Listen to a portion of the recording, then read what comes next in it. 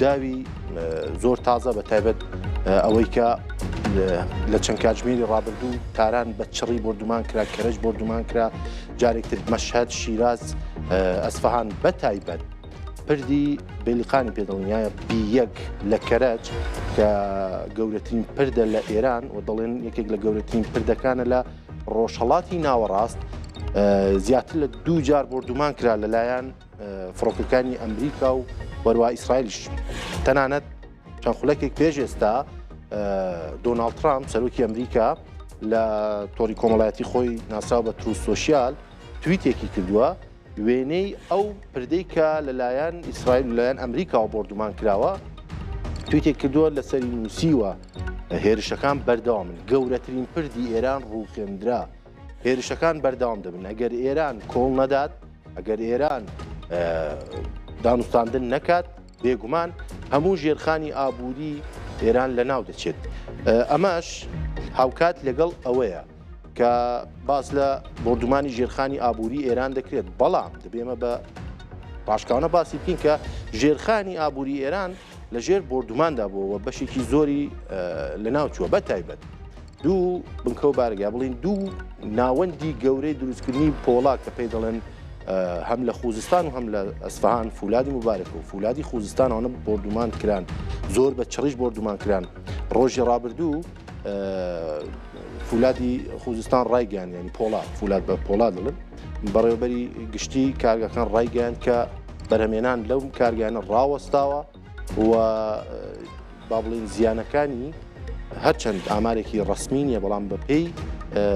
ئەوەی کە کارناسان باسی دەکەن زیاتر لە 9 میلیارد دلار زیانی بۆ ئابووری ئێران بووە. ئاوکات لەگەڵ ئەوەش ینی پشتی دوای بردومانەکانی لەسەر کارگەی پۆڵای ئیسفەهان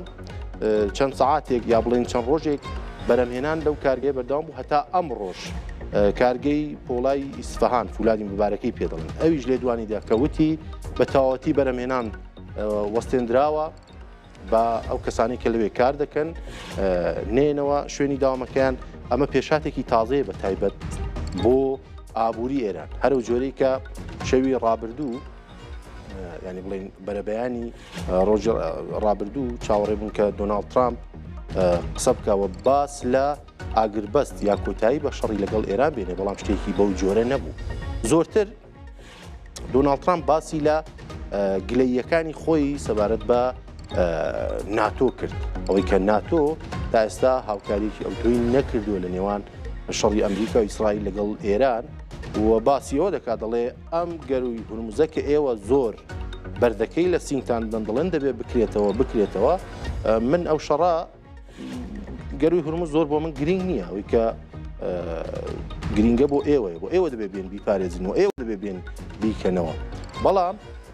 زۆرێک لە وڵاتانە بە تایبەت بریتانیا ئەمڕۆ بریتانیا میوانداری زیاتر لە 40 وڵاتی کرد، وڵاتانی کە لە بریتانیا بە شێوەیەکی با بڵێن بە ئینتەرنێت بەشداریان کرد لە کۆبوونەوەیەک بۆ بابەت و پێشاتەکانی ڕۆژهەڵاتی ناوەڕاست بە تایبەت بۆکردنەوەی گەروی هورموز. جا لە درێژەی ڕووماڵەکەدا زیاتر باسی ئەم بابەتانە دەکەین بێگومان، بەڵام ئەوەی کە باسم کرد بە تایبەت بابەتێکی زۆر گرنگ و سەرەکیەوە بوو کە ئەو پردەی کە دەڵێن کەرەج بە باکووری ئێرانەوە دەبەستێەوە هاوکات ڕێگای سەرەکی کەرەج بۆ تارانە، ئەو ڕێگایە درێژە دەبێت هەتا دەچێتە ڕۆژهەڵاتی کوردستان. پردێکە هەرچەندە دەست بەکار نەبوو بەڵام لە قۆناغی تەواوبووندا بوو، پردێک بوو کە هاوکات هەم خەتێکی گرنگی ترانزیتی بوو، هەم ڕێگایەکی گرنگ بوو بۆ هاتوچۆی گەشتیاری کە یەکسەر تارانی بە کەرەجی بە باکووری ئێرانەوە دەبەست و دەهاتە ناو تارانیشەوە. بەرپرسانی ئێران دەڵێن هەم بۆی قەرەباڵغی لە نێوان ڕێگای تاران بۆ کەرەج دروست نەبێ، ئەم ڕێگایە دروستکرا بوو کە لە کەرەجەوە یەکسەر بچن بۆ باکووری ئێرانە و ڕێگایە درێژەی دەبوو باسی کرد، هەم دەچوو بۆ ڕۆژهەڵاتی کوردستان هەم لە بەشێکیەوە دەچێتە باکووری ئێران و هەتا سەر سنووری نەخجەوان کە سنووری تجاری ئازادی بازرگانی ئازادی پێ دەڵێن لەوێ درێژەی هەبوو بۆیە گرنگی ئەم پردا و دۆناڵد ترامپیش ڕاشکاوانە باسیەوەی کرد کە هێرش بۆ سەر ژێرخانی ئابووری ئێران بەردەوام دەبێت. هەرو جۆرەی کە باسمان کرد هێرشەکان چەند ڕۆژی ڕابردوو بۆ ژێرخانی ئابووری ئێران بەردەوام بووە و لە چەند شوێنێک بە تایبەت ڕۆژی ڕابردوو دوێنێ پێرێش تەنانەت ئەم ڕۆژ لە بەشێک لە شوێنەکانی تاران کەرەج ئیسفەهان کارەبا بە تەواتی بڕا هەرچەندە لە هەندێک ناوچە لە دوای نیم سەعات لە هەندێک ناوچە دوای کاتژمێرێک کارەبا دیسان هاتەوە بەڵام دیارە کە ئەمریکا و ئیسرائیل بەتایبەت ئەمریکا لەسەر قسەکانی خۆی جددیە دۆناڵد ترامپ لەسەر قسەکانی خۆی جددیە و هێرشەکانی بەردەوام دەکات بۆ ژێرخانی ئابووری ئێران. جا لە درێژێ ڕووماڵەکە گرافیکی واڵیشمان دەبێت تایبەت سەبارەت بە ئەو وڵاتانەی کە ئێستا گەروی هورموز بۆ ئەوان زۆر زۆر گرینگە و ئەوەی کە ئەگەری زۆر هەموو کەس باسی دەکە ئەگەری هێرشی زەمینی بۆ سەر ئێران کە ئەگەری هێرشی زەمینی هێرشێکی زەمینی ڕوو بدات چی ڕوو دەدات لە ئێران لە درێژەی ڕووماڵەکە زۆرتر باس لەم بابەتانە دەکەین. ئێستاش میوانێکمان هەیە لە ئەڵمانیاوە بەڕێز میناخانی هەم بۆ خۆی شۆڤەکاری سیاسیە و هاوکات لێکۆڵینەر و لە بواری مافی مرۆڤ و چاودێری مافی مرۆڤ لە ئەڵمانیا بە شێوەیەکی ڕاستەوخۆ لەگەڵمانە. بەڕێز میناخانی سڵاو ڕێز سپاس بۆ ئەو دەرفەتە.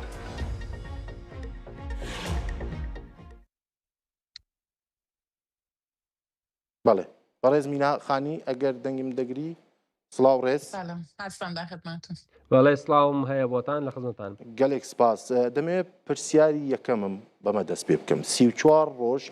لە شەڕی ئێران لەگەڵ ئەمریکا و ئیسرائیل تێپەڕ بوو هەڵسەنگاندنی ئێوە یا ئەرزیابی ئێوە لەو 34 ڕۆژی ڕابردووی شەڕی ئێران و ئەمریکا چۆنە؟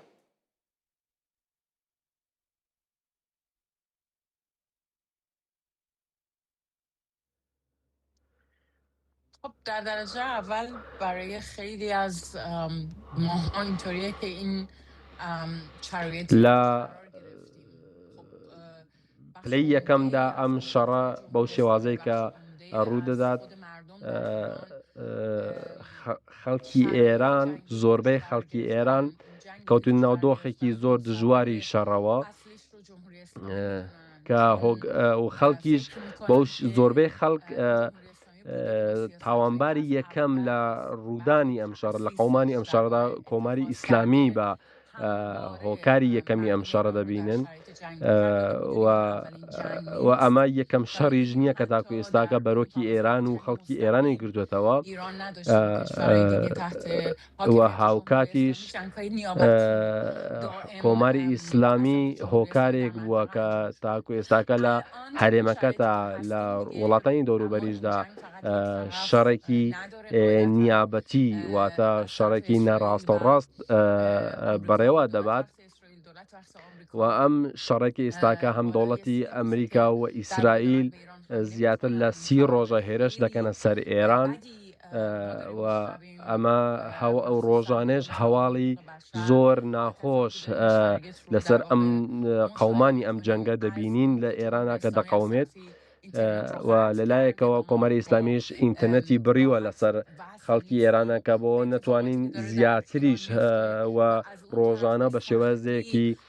ئۆنلاین و ئاپدەیت بە ڕۆژ بتوانین زانیاری دقیق لەسەر ئێران وەربگرین و ئەمەش وای کردووە کە دڵە ڕاوکیەکان و هەواڵی دڵە کوڕپەکان زۆرتر ببن لەسەر ئێران و هەروەها خەڵکی مەدەنی و هەروەها ناوەندە خزمە گوزاریەکان وەکو خوێندنگەی میناب زیانیان وەبەرکەوێت و بکرێنە ئامانج و هاوکاتی جەبینین کە هەم خەڵکانی مەدەنی و ژێرخانە ئابوووریەکان وەکو دامەزراوەکانی وزە لە ئێرانە دەکرێنە ئامانج و خەڵکی مەدەنی لە ژێر هەڕەشە و مەترسیدانە لە ئەم دۆخەداوە ئەمەش بووەتە دۆخێک بەڕاستی بۆ خەڵکی ئێران زۆر زۆر قورس بێت. باشە خاتومینا زۆر باس لە هێرشی زەمینی بۆ سەر ئێران دەکرێت هاوکات لەگەڵەوە دۆناڵد ترامپ بەڕاشکاوانە دەڵێت کە لە 2 تا 3 هەفتەی داهاتوو شەڕ لەگەڵ ئێران کۆتایی دێت بەڵام وەک ئێوەش ئاماژەی پێدەکەن هێرشەکان بۆ سەر ئێران هەر دەڕوات زیاتر دەبێت. بەڕای ئێوە لە دووسێ هەفتەی داهاتوودا چ سێناریوەیەک بۆ ئێران دەبیندرێت لە ئێستادا؟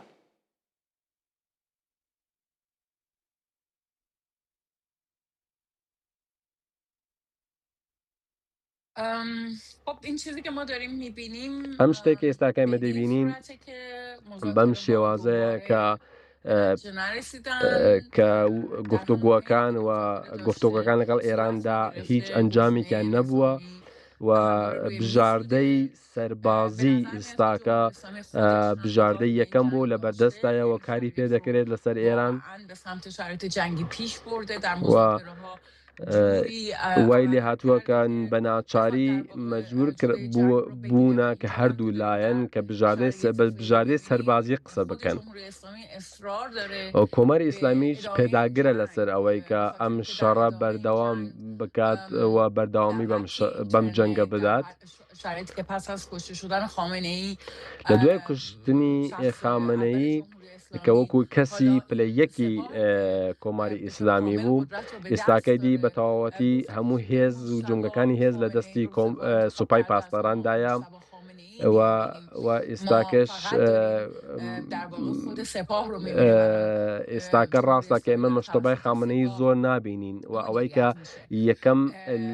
هێزە لە ئێراندا سوپای و پاسدارانەوە قسەی بیش از این یەکەمیش هم دەکات در هەر واقع سوپای حاکمیت پاسدارانە سپاه یه حاکمیت بسیار و جدی بوده از زمان سوپای تأسیس پاسداران هەتاکو شاه هر ئێستاکەش چی که و قدرت لە ڕۆژی بیشتر یەکەمیەوە تاکو ئێستاکە به تعداد قدرت خودش هێزی رو و یەکەمە لە وارد ئێرانداوە بریاردەری یەکەمیشە لەم قدرت خودش رو دۆخەدا وارد در واقع زیر ساختای غیر نظامی کرده قدرت و خودش رو وارد مسائل اقتصادی و کرده قدرت سوپای خودش رو پاسداران نە تەنها لە وارد مسائل ژێربەنای لاجستیکی کرده توی همچین سەربازی لە ئێراندا شرایطی بەڵکو لە ژێربەنای سیناریوهایی که در حال حاضر پیش ئابووریشی رو هستن بەدەستەوەیە لە تو این ئێراندا لحظه و که نگاه جنگەکانی میکنیم ئابووری خیلی لە دەستی سوپای سناریوهای پاسدارندایەوە امیدوار و کننده ای نیستن و ئەو به نظر سناریوانەیە کە میاد ئێستاکە لە که بەردەستایە و جمهوری اسلامی اصرار داره که دەیبینین در واقع به سناریوی نوعی گەلێک اون نین گفتمان کە داخل دیوان جێگەی مقاومت هیوا بن خودش رو بەڕاستی با ادامه دادن این جنگ و مقاومت و کردن زیر و این بمب سوپای ها ادامه میده پاسدارانیش و به جهان بەم بگه که شێوازە من موندم من مقاومت کردم ببینید من چقدر دەیەوێت قوی کە هستم باس و لەوە از بکات اون کە من طرف هم هیچ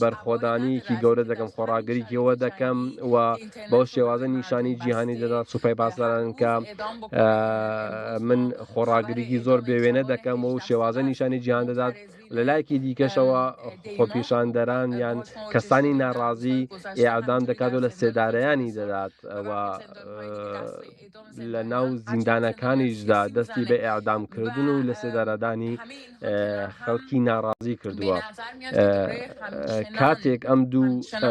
داخل از طریق سرکوب ئەم و دوو هم به بیرون از تاڤڵوێ خود از طریق نیشان این دەدەین در واقع دۆخێکی ممارست خودش سناریویەکی و زۆر اصرار خودش بر جنگ مەترسیدار و ترسناک میگه لە که من هنوز نیشانە سر درێن جای خودم و موندم و از اون لەلایەکەوە سوپای طرف بله خب پاسدەران بەم شێوازە در دەیەوێت کە واقع من هێشتا لەسەر برنامه خۆم خیلی مشخصی ماومەتەوە از و طرف وەکو خۆم دولت وقت ماومەتەوە آمریکا برای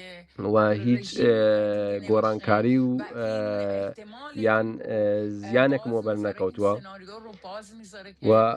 که جمهوری کۆمەری اسلامی ئیسلامی که بۆ برای شێوازە دەوێت ئەم جهان تزریق سناریوانە بە شده کراوەی نیشان اما بدات برای بەو مردم شێوازە خودش بە هنوز کراوەی میتونه قلدری بیهێڵێتەوە بکنه کە و میتونه بۆ همچنان شێوازە بکشه و نیشانی همچنان میتونه بدات کە سرکوب هەروەکو بەرێ بکنه بله روی ئەتوانێت هاوکات کار بمونه که این سەرکوتیش در بکات واقع بدترین و سناریوست ئەمەش وەکو خراپترین سناریویە. بەڵێ پرسیارێک سەبارەت بە قسەکانی ڕۆژی ڕابردووی دۆناڵد ترامپ کەم بە تایبەت بابەتی ناتۆ چون هەندێک ئینتقاد یا بڵین ڕخنا لە ناتۆ هەبوون بەڕای ئێوە لە درێژەی ئەو شەڕەدا پەیوەندیەکانی ئەمریکا لەگەڵ ناتۆ بەرەو کوێ دەڕوات؟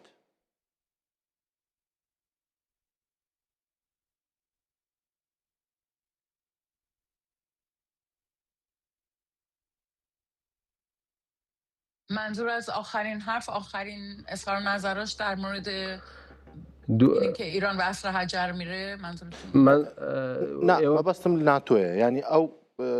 وتانی قسەکانی ڕۆژی ڕابردووی دۆناڵد ترامپ سەبارەت بە پەیوەندیەکانی لە ناتۆ چون هەندێک ڕخنەیە بوو لەوەی کە ناتۆ لەم شەڕەدا تا ئێستا یارمەتی ئەوانی نەدا و ئەگەری هەیە کە ئەمریکا لە ناتۆ بێتە دەرێ.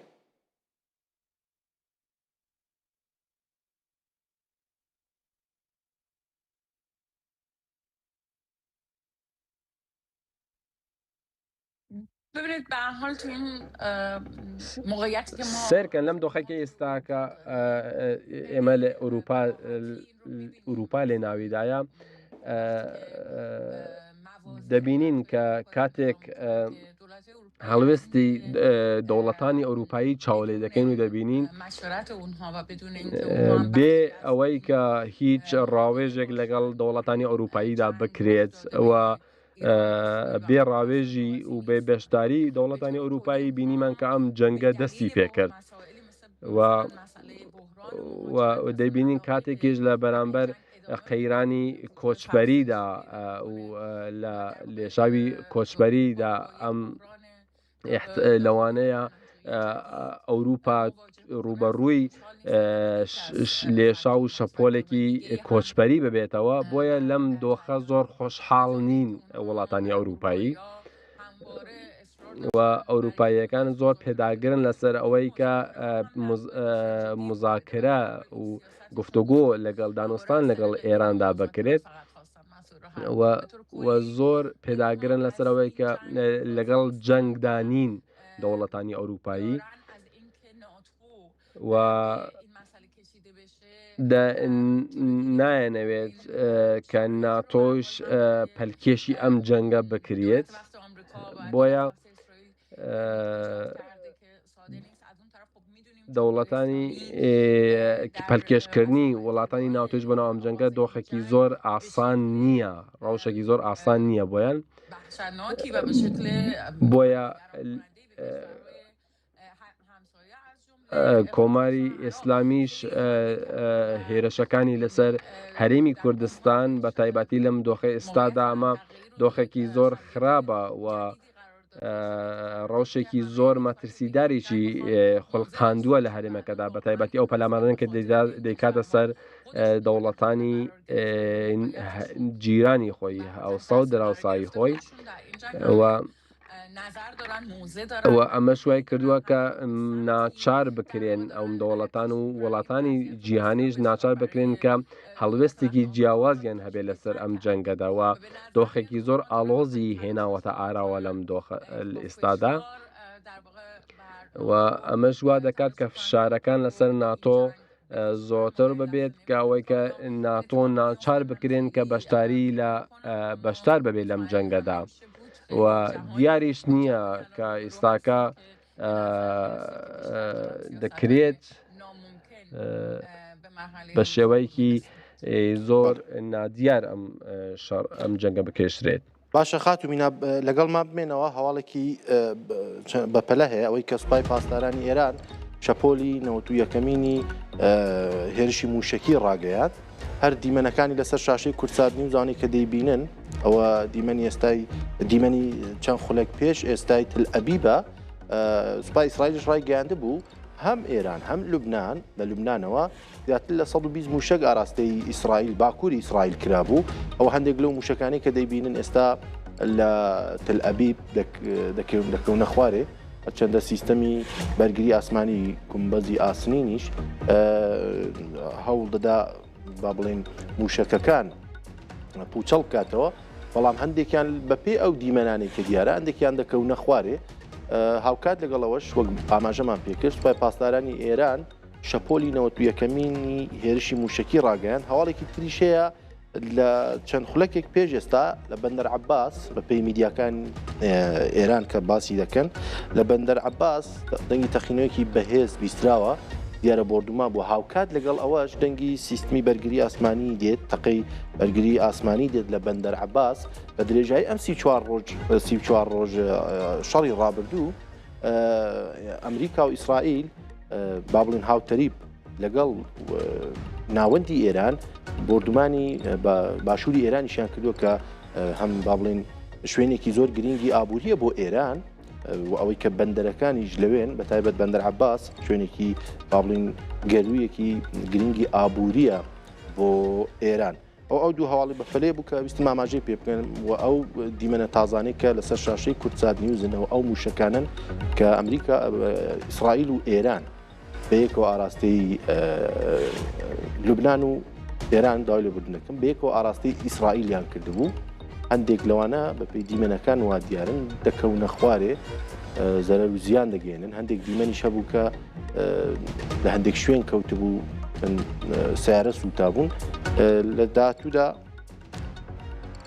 زەرەر و زیانەکانی زیاتر باز دەکرێت بەو جۆرێکە ئەگەر سوپای ئیسرائیل یا بڵێن ئیسرائیل ڕاگەاندراوی هەبێ بەڵام ئەو دیمەنانێک کە ئێمە ئێستا دەیبینین لەسەر شاشەی کورسان نیوزەوە ئەو دیمەنانن کە شەپۆلی نەوەدەم بووە ئەوە شەپۆلی نەوەد بوو چون ساعتێک پێش ئێستا سوپای پاسداران شەپۆلی نەوەدی موشەکی ڕاگەیاندبوو ئێستا شەپۆلی نەوەدویەکی ڕاگەیاندووە بە بچینەوە لای خاتوو مینا خانی پرسیاری کۆتایی ئاراستە بکەم بە تایبەت لە بارودۆخێکی وەک ئێستا کە هەم ئێران هەم ڕۆژهەڵاتی کوردستان لەبەر نەبوونی ئینتەرنێت و لەبەر ئەم قەیرانەی شەڕدا دەناڵێنن ئێوە وەک چاودێرێکی مافی مرۆڤ کە تا ڕادەیەک پەیوەندیتان هەیە لەگەڵ ناوخۆی هاوڵاتیانی ئێران وەزیەتی مەعیشەتی یا بڵین بارودۆخی ژیانی خەڵک ئێستا چۆنە لە ئێران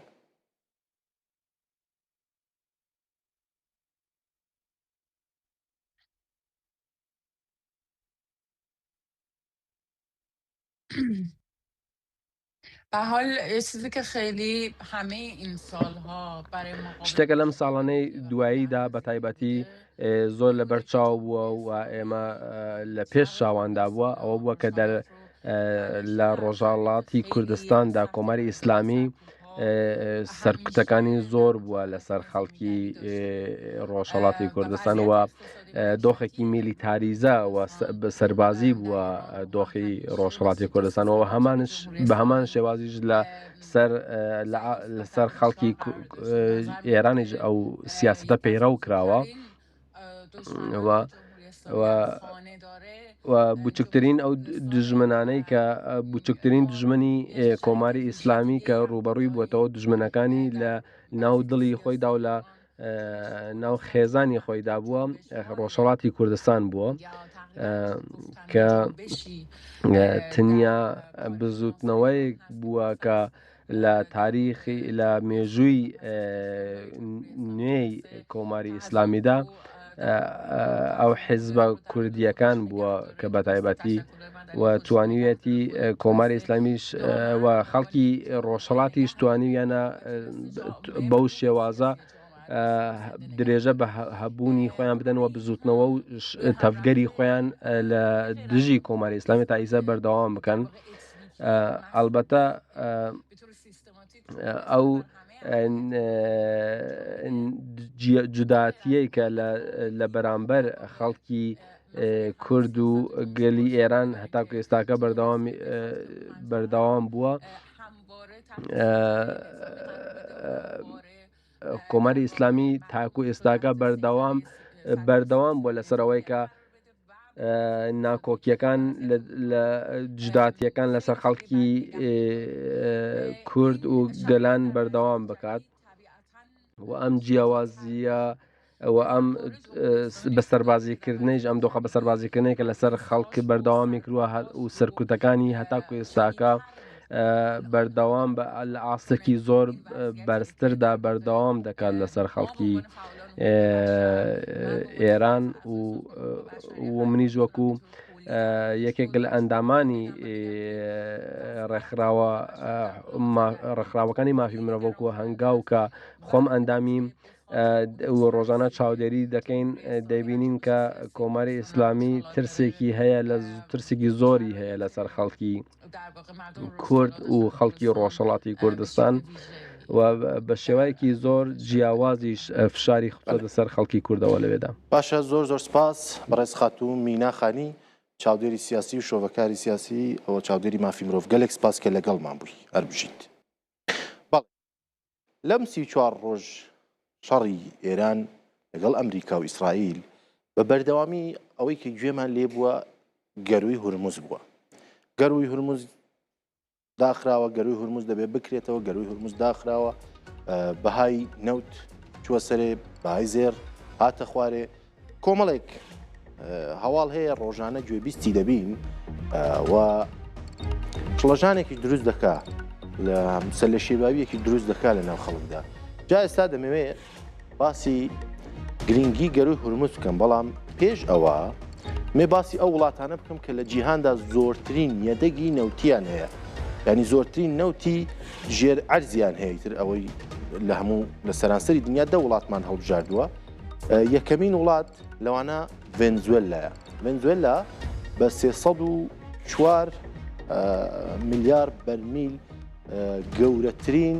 یەدەگی نەوتی هەیە. یەکەمین وڵاتە لەسەر ئاستی هەموو دنیا زۆرترین یەدەگی نەوتی هەیە ڤێنزوێلا کە دەچێتە ئەمریکای باکوور 304 ملیار بەرمیل یەدەگی نەوتی هەیە. دوای ئەو عەرەبستانی سەعودی دێ. سەعودیا بە 267 ملیار بەرمیل دووەمین گەورەترین یەدەگی نەوتی هەیە لەسەر ئاستی جیهان. سێمین وڵات ئێرانە بە 209 ملیار بەرمیل. لە دوای ئەو عێراقە بە 145 ملیار بەرمیل لە پلەی چوارەمدا. لە پلەی پێنجەمدا کەنەدایە بە 170 ملیار بەرمیل. جا عێراق چوارەمە بە 145 بەڵام کەنەدا پێنجەمە بە 170. بۆچی؟ نەوتی کەنەدا لەگەڵ ئەمریکا چون شوێنەکەی ئەو شوێنانی کە نەوتی لێ لەوێ شوێنی بەردین، ینی بەردی زۆر گەورە و بەردی ڕقی لێ و هەتا با بڵین بە سەدان میتر کە دەچێتە ژێر ئەرزیش هەر بەردن، تاشە بەردی زۆر گەورەیە و هەتا هێنانە دەرەوەی ئەو نەوتە هەم تێچوویەکی زۆری دەوێ و هەم ئەوەی کە کاتێکی زۆری دەوێت و بۆی ئەو نەوتەی کە لە ئۆپێکدایە بە بڵین عێراق نەوتەکەی هێنانە دەرەوەی زۆر ئاسانترە، بۆیە عێراق لە ڕێژی چوارەمدا جێگای گرتو لە پلەی چوارەمدایە و بۆیە کەنەدا لە پلەی پێنجەمدایە. لە دوای کەنەدا ئیماراتە بە 113 ملیار بەرمیل با بڵین یەدەگی نەوتی هەیە. لە دوای ئیمارات کووەیتە. ئەمانە ڤێنزوێلا، کەنەدا، ئەمریکا، ئەمانەی چیان لە ڕۆژهەڵاتی ناوەڕاستنین لەگەڵ لیبیا کە لە ئەفریقەیە. ئەوەی تریان کە بینن سەعودیە، ئێران، عێراق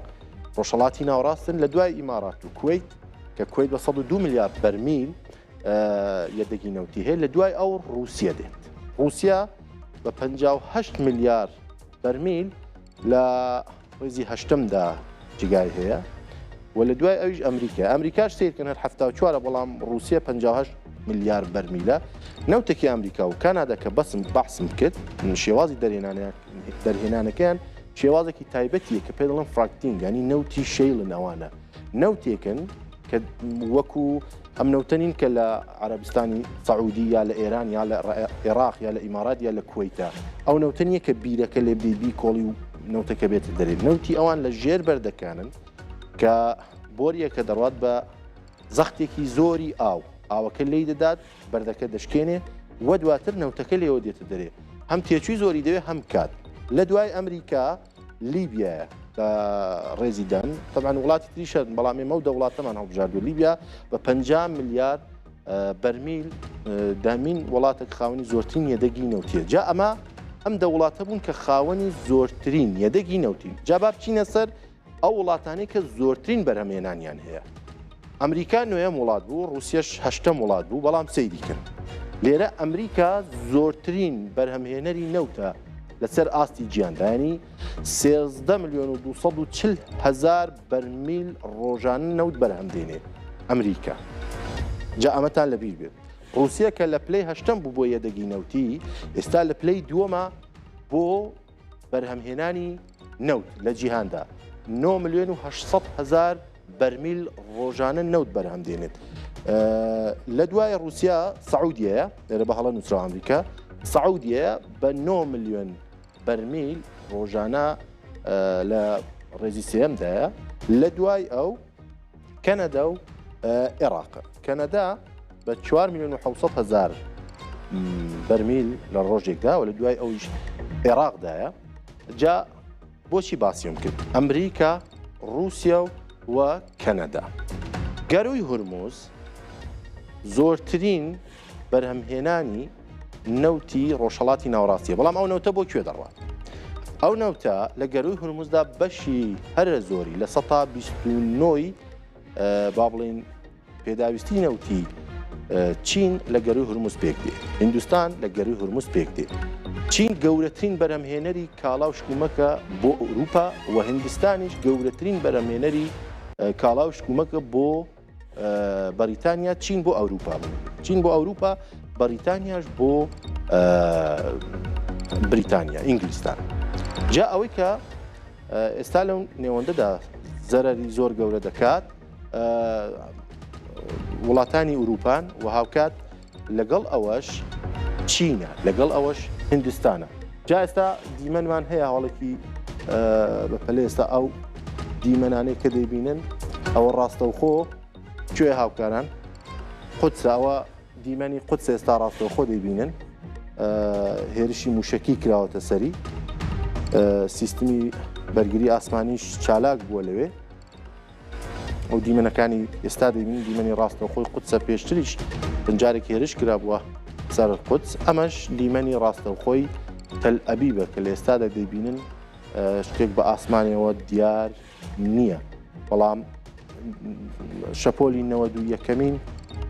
موشکی سوپای پاسداران کە دەست پێ ببوو دەبێت لە چەند خولەکی داهاتوو موشکەکان بگەنە ئاسمانی تەل ئەبیب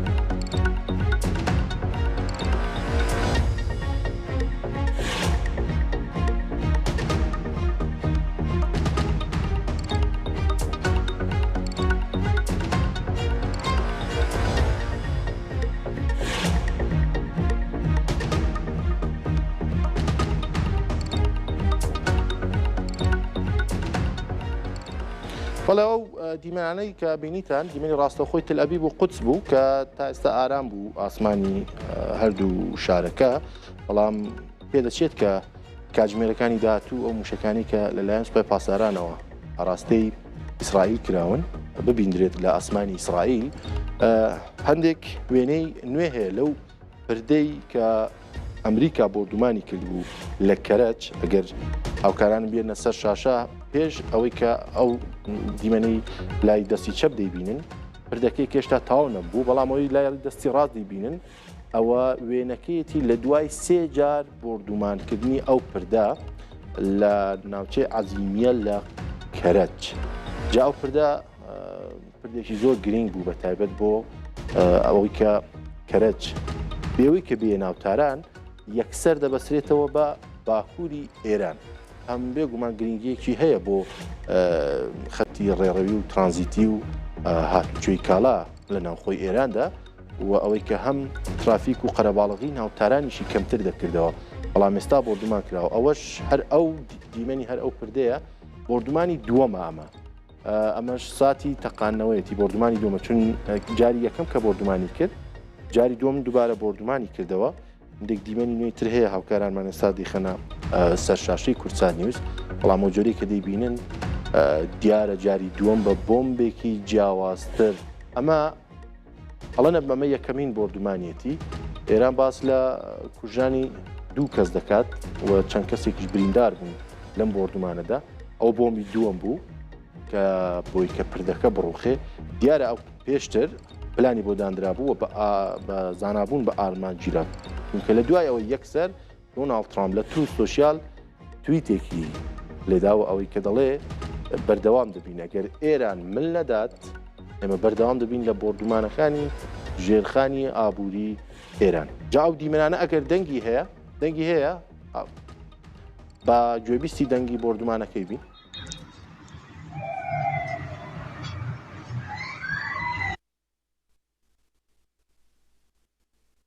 بەڵێ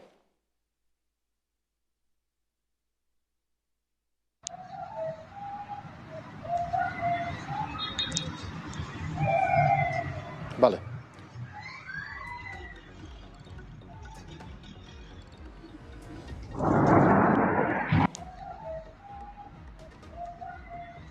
کۆتایی ڤیدیۆکەیدا دەنگی ساتی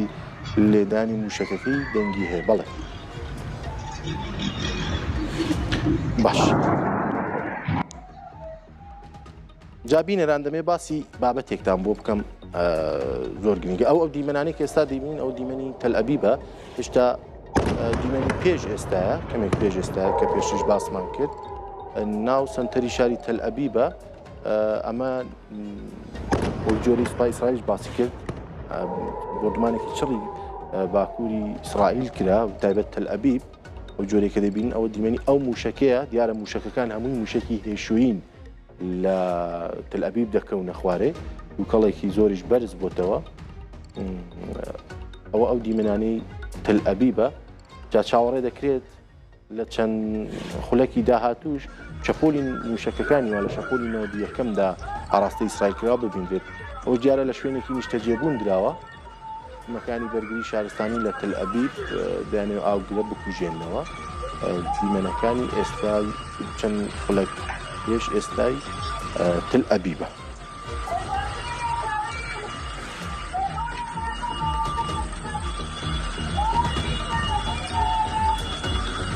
بەڵێ باش بابەتێکی گرنگکەیە بینەران دەمێ بۆتان باس بکەم بەڕاستی ئەوەی کە لە چەند ڕۆژی ڕابردوودا ئێمە زۆر بە ڕاشکاوانە دەبینین کە دۆناڵد ترامپ باس لەوە دەکات کە ئەگەر ئێران تەسلیم نەبێت ئەگەر ئێران بۆ ڕێبازی خۆی بەردەوام بکات دەگەڕێتەوە سەردەمی بەردین یا ئەو جۆری کە خۆیان باسی لێ دەکەن عەسری حەجەرە. ئەمە ئەدەبیاتی ئەمریکا لە کاتی شەڕی ڤیەتنامیشدا هەرە شتە بەردەوام بوو هەتا ڕۆژی ئەمڕۆ. جا ئەو جۆرێک کە دۆناڵد ترامپ باسی دەکات بە پێی قسەکانی دۆناڵد ترامپ وردە و دەخەریکم پێک دێن ینی مەبەست لەوەی کە ئێران بگەڕێتەوە سەردەمی بەردین مەبەست لەوەیە کە هیچ ئابوووریەکی بەهێز نەبێت لە وڵاتە بەرەمهێنان نەبێ کارەبا نەبێ و بەرهەمی ناوخۆی نەبێت لە وڵاتەوە ئەو وڵاتی ئێران بە تەواوەتی ئیفلیج بکرێت لە هەموو جۆرە ئابوووریەک کە لە وڵاتە هەیە بگەڕێتەوە سەدان ساڵ پێش ئێستا و تا ڕادەیەک دەبینین هەرچەندە کەمیش بەڵام تا ڕادەیەک دەبینین ئەو شتە کراوە ئەو جۆرەی کە باسم کرد بۆردمانی کارگە گرنگەکانی وەک فولادی مبارەکە وەک فولادی خوزستان مانە هەمووی ئاماژەیەکە بەوە چون ئەو جۆری کە باز دەکرێت زیاتر لە 9 میلیارد دلار زەرەری بە ئابووری ئێران گەیاندووە ئەم بۆردومانکردنی ئەم شوێنانە و ئەو جۆری کە ئێران بەخۆشی باز دەکات لە 34 ڕۆژی ڕابردووی شەڕی ئێران لەگەڵ ئەمریکا و ئیسرائیل ئێستا زیاتر لە 2100 کەسیش کوژراون هەرچەندە ئاماری کوژرانی با بڵێن سەربازەکان کەسانی با بڵێن بەرپرس و بەرپرسە سەرکردە سەربازی و سیاسیەکان ئێران تا ئێستا هەرچەندە درەنگ ڕادەگەیەندرێت بەڵام ئامارێکی گشتی ڕێک و پێک ئەوەی کە چەند کەسم نەدراوە بەڵام بە ئامارێکی گشتی هەیە کە زیاتر لە 2100 کەس کوژراوە هەرو جۆرە بابەتێکی تریش هەبوو کە میوانەکەشمان باسی کرد باسی لە سێدارەدانە ئێستا لە ئێران لەم چەند ڕۆژی ڕابردوو هەندێک کەس کە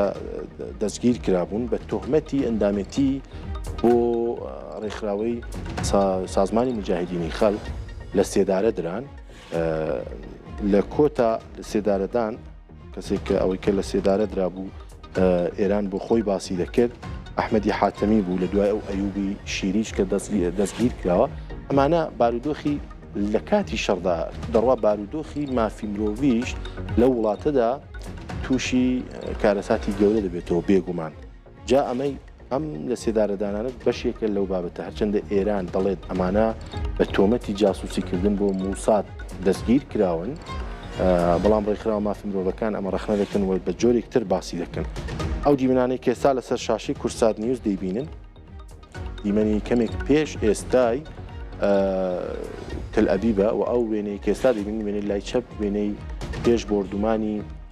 پردی بێیەک بوو لە کەرەج و بینیتان کە چۆن دایڕماند و چۆن بۆردومانی کرد جا چرکە بە چرکە گەر هەواڵی بەپەلا هەبوو بێگومان ئێمە لەگەڵ ئێوە بەردەوام دەبین جا باسێکی تەنگەی هورموزم کرد هاوڕێنەوەی کە تەنگەی هورموز تا ڕادەیەک داخرانی تەنگەی هورموز لە ئێستادا لە بەرژەوەندی ئەمریکا و ڕووسیەدا و لەسەر هەمیاندا ئەمریکا و ڕووسیا و تەنانەت کەنەداش چون ئەو وڵاتانەی کە خاوەن زۆرترین یەدەگینەوتین ئێستا لە باڵێن لە کەنداویش لە ڕۆژهڵاتی ناوەڕاست بە حکمی ئەوەی کە لە ژێر کاریگەری داخرانی تەنگی گەروی هورمز ناتوانن نەوتەکەیان هەناردێ ڕۆژهڵاتی ئاسیا بکەن بۆیە داخواست لەسەر نەوتی ئەمریکا و کەنەدا زیاتر دەبێت هەرچەندە مەودایەکی زۆری دەبێت بۆی کە با بڵێن کەشتێ نەوت هەڵگرەکان ئەو نەوتە جێبەجێ بکەن بەڵام پێداویستیەکی سەرەکی هەموو ئابووری دنیای نەوت بۆیە داخواست لەسەر کڕینی نەوتی ئەمریکا و کەنەدا و ڕوسیا زیاتر دەبێت هەرچەندە رووسیا خاوەنی زۆرترین یەدەگی غازی دنیاشە لەو ماوەی ڕابردوو ساڵی ڕابردوو بینیشمانە هەرچەندە شەڕی ئۆکراین و رووسیاش تا ئێستاش بەردەوامە بەڵام بە حکمی ئەوەش هەندێک گەماڕۆی با بڵێن ناردەکردنی نەوت لەسەر رووسیا بەتایبەت لە دەستپێکردنی ئەم شەڕەدا هەندێک گەمارۆ لابردران بۆ ئەوەی کە بتوانن بۆ ڕێگایە رووسیا بتوانێت نەوتی خۆی هەناردە بکە و ڕێگری بکەن لە بەرزبوونەوەی بەهای نەوت جا ئێستا هەواڵێکتر هەیە کە باسی لە کۆتا خولەکەکان بەهای نەوت گەیشتۆتە 170 ینی نەوتی خاوی برێنت گەیشتۆتە 170 سنت بۆ هەر بەرمیلێک کە ئەمەش بەرزبوونەوەیەکی لە 6.3 بەخۆیەوە بینیوە ینی بابەتێکی زۆر گرنگە بۆیە ئەوەی کە دەبینن لەسەر شاشەی کورتسات نیوز ئەوە گەروی هورمزە زۆرێکم باسم کردەوە کەشتیەکان ینی چەند ڕۆژ لەو پێش باسیەوە کرا کە زیاتر لە 400 کەشتی چاوەڕێی ئێرانن ئەرەیان پێ بدا بۆی کە بتوانن لەو گەروە تێپەڕ بن بۆیە دۆناڵد ترەمپیش بەڕاشکاوە دەڵێ کێشەی گەروی هورمز کێشەی من نییە و کێشی ئەوێ من دەمەوێت چارەسەری بکەم بۆ خۆتان وەرن چارەسەری بکەن جا ئەم شەڕە بەشێکی بەڵێ لەگەڵ ئێرانە دواتر ڤیددیۆواڵمان هەیە لەسەرەوە زۆر بە درێژایی باسی دەکەین بەڵام ئەو شەڕی ئێستا هەرچەندە لەگەڵ ئێرانیش بێ شەڕێکی ئابووری شەڕێکی ناڕاستەوە خۆی سیاسیە لەگەڵ ئینگلیستان لەگەڵ بریتانیا لەگەڵ وڵاتانی ئوروپا قسەکانی ڕۆژی ڕابردووی دۆناڵد ترامپ بۆ کشانەوە لە ناتۆوە ئەو ڕەخنانی کە لە ناتۆی کردووە ئەمە هەموو ئاماژەیەکن بۆ ئەوەی کە چیتر ئەمریکا دەبێت دەستدا بگرێت بەسەر ڕێڕەوی وزەی هەموو دنیا و ئەگەر ئەوروپا پێداویستیەکی هەبێت دەبێت بە ئەرێکردنی ئەمریکاوە بێت بۆی کە بتوانن بەهرەمەند بن لەو وزەی کە لە ئێراندا لە دنیادا هەیە جا بابەتێک تریش هەبوو بابەتی ئەرژانتینە ئەرژانتینیش چەند ڕۆژی ڕابردوو سوپای پاسدارانی وەک خستە ناو لیستەی تیرۆری وڵاتەکەی خۆیەوە و ئەو کات لەگەڵ ئەوەش بەرپرسان و با بڵێن ئەوانەی کە لە باڵێۆزخانەی ئەرژانتینیا ئێران لەوێ بوون دەستی کردووە بە دەرکردنی ئەوان بۆیە ئەمەش پێشاتێکی گرینگە کە ئەرژانتینی سوپای پاسدارانی خستوتە ناو لیستەی تێرۆرەوە ئەو دیمەنانەی کە دەیبینن پێما بە دیمەنی کەمێک پێش ئێستای دوای بردومانەکانە تەل ئەبیبە ئەوی کە دەیبینین بەڵێ ناوچانەی بردومان کراون وێرانیەکی زۆری پێوە دەبیندرێت ئەمانش پۆلیس و بەرگری شارستانی تەل ئەبیب هاتوونەتە شوێنێک ئەوە شوێنی موشەکە دیارن ئەو موشەکانە موشکی هێشوییە ئەو موشکی هێشویانە تایبەتمەندی ئەویان هەیە کە دەتوانن وا دروستکراون بە پێی قسەی بەرپرسانی سەربازی ئێران بۆی بتوان خۆیان لە سیستەمی بەرگری ئاسمانی بەتایبەت سیستەمی تاد و گومبەزی ئاسنین خۆیان بشارنەوە یان ئەوەی کە بتوانن فریوی بدەن.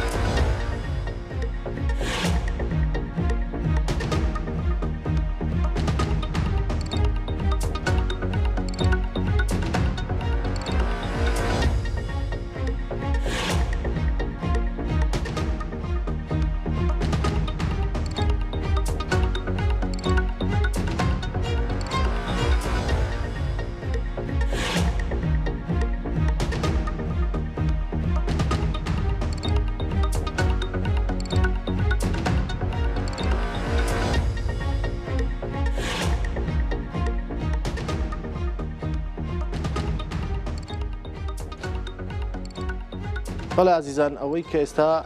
دەشی بینن ئەمە ئاسمانی ناوچەکەیە بە تایبەت لە عێراق لە ئێران لە سووریا و تەنانەت لە کەنداویش لە بەشی باکووری سعودیا و هەروەها لە لوبنان و هەروەها لە ئیسرائیل هیچ جموجۆڵێکی ئاسمانی نابیندرێت فڕۆکەکان ماوەی 34 ڕۆژە ئاسمانی ئەم ناوچەیە داخراوە هەر چەند ڕۆژی ڕابردووش لە سەڵاتی فڕۆکەوانی عێراق با بڵین قەدەغەکردنی فڕینی بۆ ماوەی 72 کاتژمێر 72 سەعات زیاتر درێژ کردبووە کە دەیبین ئێستا وڵاتانن با بڵین قەتەرە ئیماراتە کوێیتە ئێرانە عێراق سووریا بەشێکی ئوردن لوبنان و ئیسرائیل هیچ جموجۆڵێکی ئەسمانی پێوە نابیندرێت و مەزەندە دەکرێت کە لە چەند خولەکی داهاتوو ئەو شەپۆلی 91 کە ئێران دەستی پێکردووە بگاتە با بڵین باکووری ئیسرائیل لە هەر ئێران تەماوەی ئەم 40 ساڵی ڕابردوو هەوڵی داوە لە زۆربەی ئەو وڵاتانی کە خۆی پێی دەڵێ قوڵایی استراتیژیک لەو شوێنانە بنکە و بارەگە و کۆگای موشکی و درۆنی داناوە بۆیە کە دەبینی زۆر جار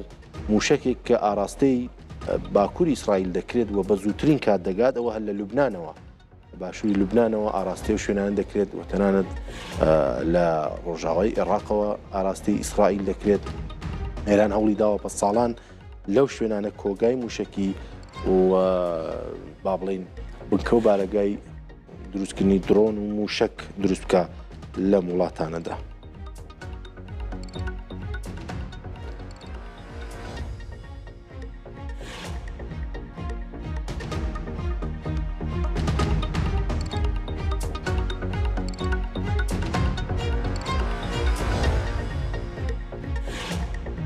بەڵێ ئێستا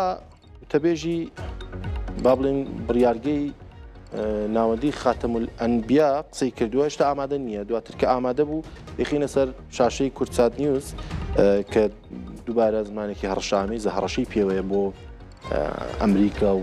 ئیسرائیل چون دیارە لە دوای قسەکانی ڕۆژی ڕابردووی دۆناڵد ترامپ بارە با بڵێن زولفەقاری هەرۆ بەرپرسەی وتەبێژەی بڕیارگەی ناوەندی خاتەمولئەنبیا وڵامی ترامپی دابوویەوە و باس بەرپرسانی ئێران بە بەردەوامی باسیەوە دەکەن دەڵێن فەرمون ئەگەر هێرشی زەمینی دەکەن فەرمون ئەو دەستەی کە بێتە سەر ئێران دەیشکێنین بەڵام ئەوەی کە لە ڕاستیدا هەیە ئەوەی کێستا دەیبینین زۆربەی ئەو شوێنە سەربازیانەی ئێران بۆردومان کراون زۆربەی بەرپرسە باڵاکانی ئێران کە بەرپرسی هەری باڵایان ڕابری کۆماری ئیسلامی ئێران عەلی خامنەی بوو لە یەکەمین ڕۆژی هێرشەکاندا کوژرا و هاوکات لەگەڵ ئەوەش ئێرانیش دەستی کردو بۆی کە باسخوان بە ڕاشکاوانە باسی دەکەن ئەگەر ئێمە لە ناوچین دەبێت هەموو ناوچەکە ببێتە دۆزەخێکی گەورە بۆ ئەمریکا و بۆ وڵاتانی غەربیەوە تەنانەت عەباسی عێراقچیش با بڵێن وەزارەتی بەرپرسی وەزارەتی وەزیری دەرەوەی ئێران باسیەوە دەکات دەڵێ ئیسرائیل ئەمریکا بۆتە دارەدەستەی ئیسرائیل یعنی ئیسرائیل ئەمریکا بەکاردێنێت بەڵام بەپێی لێکدانەوەکان ئەوی کە استراتیژیستە گەورەکان بۆی دەکەن لە ئێستادا ئیسرائیل بۆتە با بڵێن دەستێکی گەورەی ئەمریکا لە ناوچەکەەوە ئەمریکا دەوێت بە ڕێگای ئیسرائیل بارودۆخی ڕۆژهەڵاتی ناوەڕاست گۆڕانکاری تێدا بکە و ئەو پەریتەی کە ئەوان باسی دەکەن ئەو گۆڕانکاری کە دەڵێن گۆڕانکاری گەورەمان کردو لە ڕۆژهەڵاتی ناوەڕاست ئیسرائیل بە ڕاشکاوانە دایمی باسیەوە دەکات باز لەوە دەکەێت کە ئەمریکا بە ڕێگای ئیسرائیل دەیەوێت ئەم گۆڕانکاریانە لە ڕۆژهەڵاتی ناوەڕاست بکات جا ئەگەر قسەکانی وتەبێژەکەی خاتەمولئەنبیا ئامادە بێت بە فارسیە هاوکارانم وەرگێڵی دەکەنەوە بە کوردی لەسەر شاشی کورتسات نیوز چرکە بە چرکە هەواڵی بەپەلەچی هەبوو لەسەر شاشی کورتسات نیوز دەتوانن بیبینن لە بابەتی گرنگتر هەیە کە باسی دەکەین لە ئێستادا کۆنگرەیەکی ڕۆژنامەوانی وتەبێژی حوسیەکانی یەمەن هەیە با پێکەوە جۆ بیستین في إيران وحزب الله في لبنان وحققت أهدافها بنجاح بفضل الله. تؤكد القوات المسلحة اليمنية أن تدخلها العسكري في هذه المعركة المهمة والاستثنائية هو تدخل تدريجي على الله والاستعانة به، لن تتوقف عند هذا الحد من التدخل. نمان هێشتۆ ئەو دەستێوەدانە فراوان بێت و لەگەڵ فراوانبوونی جەنگەکە نایەڵین پەرەسەندنەکە لە بەرژەوەندی دوژمن بەردەوام بێت. ئێمە هانی جەنگاوەران ئەدەین لە لوبنان و لە عێراق و لە ئێران کە بەرگری لە کەرامەتی ئوممەت دەکەن، بەردەوام بن لە ڕوبەڕووبوونەوەی پلانی ئەمریکی زایۆنی و خوامان بەسە و پشت بەخوا ئەبەستین، خوا بەرەکەتی لەسەرمان بەردەوام بێت، بژی گەلی سربەخۆی یەمەن و هەموو ئازادی خوازان. بەڵێ ئەوە کۆنگرێکی ڕۆژنامانی وتەبێژی حوسیەکانی یەمەن بوو کە باسی ئەو دەکا چونەتە ناو شەڕەکەەوە، چون حوسیەکانی یەمەن چەند ڕۆژ پێش ئێستا بە فەرمی ڕایان گەیاند کە ئەوان هاتوونەتە ناو شەڕەکە و بدەڵێ بەیەکەوە لەگەڵ ئێران هێرشێکی چڕمان دژ بە ئیسرائیل دەست پێ کردووە، بەدەستپای پاسدارانیش دەکەنە سەر لەبیب و حەیفا، چەند ئامانجێکیان پێکاوە لە ئیسرائیل دەبێژی حوسیەکان یەمەن باسیەوە دەکات. جا ئێستا ئەو دیمەنەی لە سەر شاشی کورسات نیوز دەیبینین، دیمەنێکی سەرنجڕاکێشە، کەلتورێکەیە لە ئێران هەرچەندە لە ڕۆژهەڵاتی کوردستانی شەیە کولتورێکی کۆنی میترایزمە ماوەتەوە، بابەتی سێزدە بەدەر وی کە لە سێمین ڕۆژی یەکەمین مانگی بەهاردا خەڵک دەچن بۆ سەیران، سێزدە ڕۆژ لە دوای جەژنی نەورۆز خەڵک دەچن بۆ سەیران و لەوێ سێزدەدانە بەرد ڕێ دەدەن بۆی کە هەموو ئەو شتە خراپانە و ئێنەرژی خراپە ئەو شتانەی کە دەبێتە هۆی ژیانێکی خراپ بۆ ئینسان نەفرەتی لێ دەکەن و دوعای خێر دەکەن بۆ بەهاری کە دێت. ئەمە کللتورێکە بە ساڵانە هەیە. جا لە کاتی ڕۆشتنی هاوڵاتیان بۆ سەیران بۆ سێزدە بەدەر ئەو پردەی عەزیمیە و پردەی ناوچەی عەزیمی لە کەرەج بردومان دەکرێت، یا لەوێ هاوڵاتیان دیمەنیان گرتو. ئەو دیمەنانەی کە دەیبینن ئەو دیمەنی ئەو پردەیە لە سەر شاشەی کورسات دەبینین. جاگەردەنگی هەیە بە پێکەوە ماشای بکەین.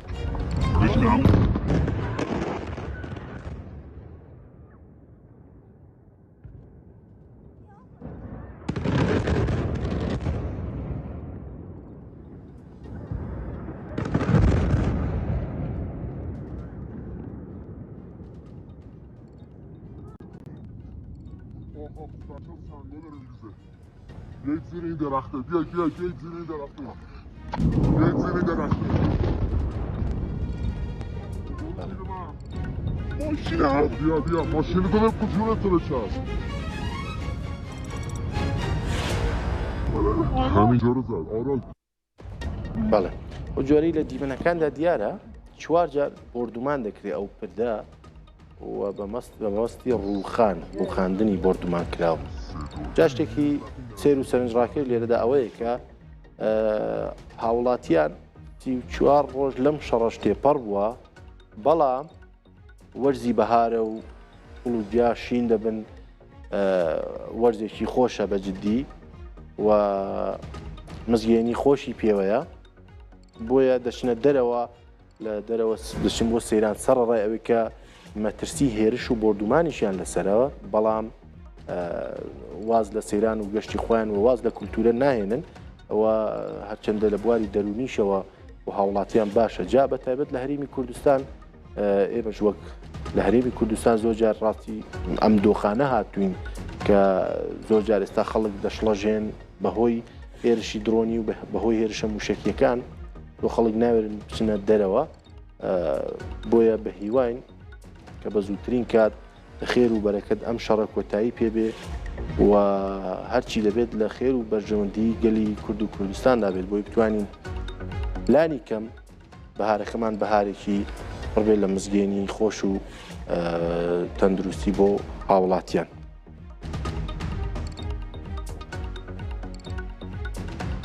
بەڵێ باش، ئێستا ئەو جۆرەی باسم کرد هەندێک لێدوانی وتەبێژی بڕیارگەری خاتەم الئەنبیا هەبوو، با پێکەوە چەند خولەکی کە با پێکەوە تماشایکی. بسم الله الرحمن الرحیم. بسم الله الرحمن الرحیم. لە وەڵامی ئەو تاوانانەی کە ئەو تاوانبارانەی کە لە بەرامبەر سوپای پاسداران و هەروەها دامەزراوەکانی وزەی ئێران دەکرێت لە بەیانی ئەمڕۆوە هێرشێکی بەرفراوان دەستی پێکردووە و لە دامەزراوەکانی عێراق و لە دامەزراوەکانی ئێمەش لە وەڵامدا دامەزراوەکانی سهیۆنیزمان کردوتە ئامانج و لەو چالاکیە موشکیەدا بەدەیان تیرۆریستانی ئەمریکا و سیهۆنیمان کوشتووە و لە وەڵامی ئەو هێرشایەنەی سیۆنیزمەکاندا ئێمە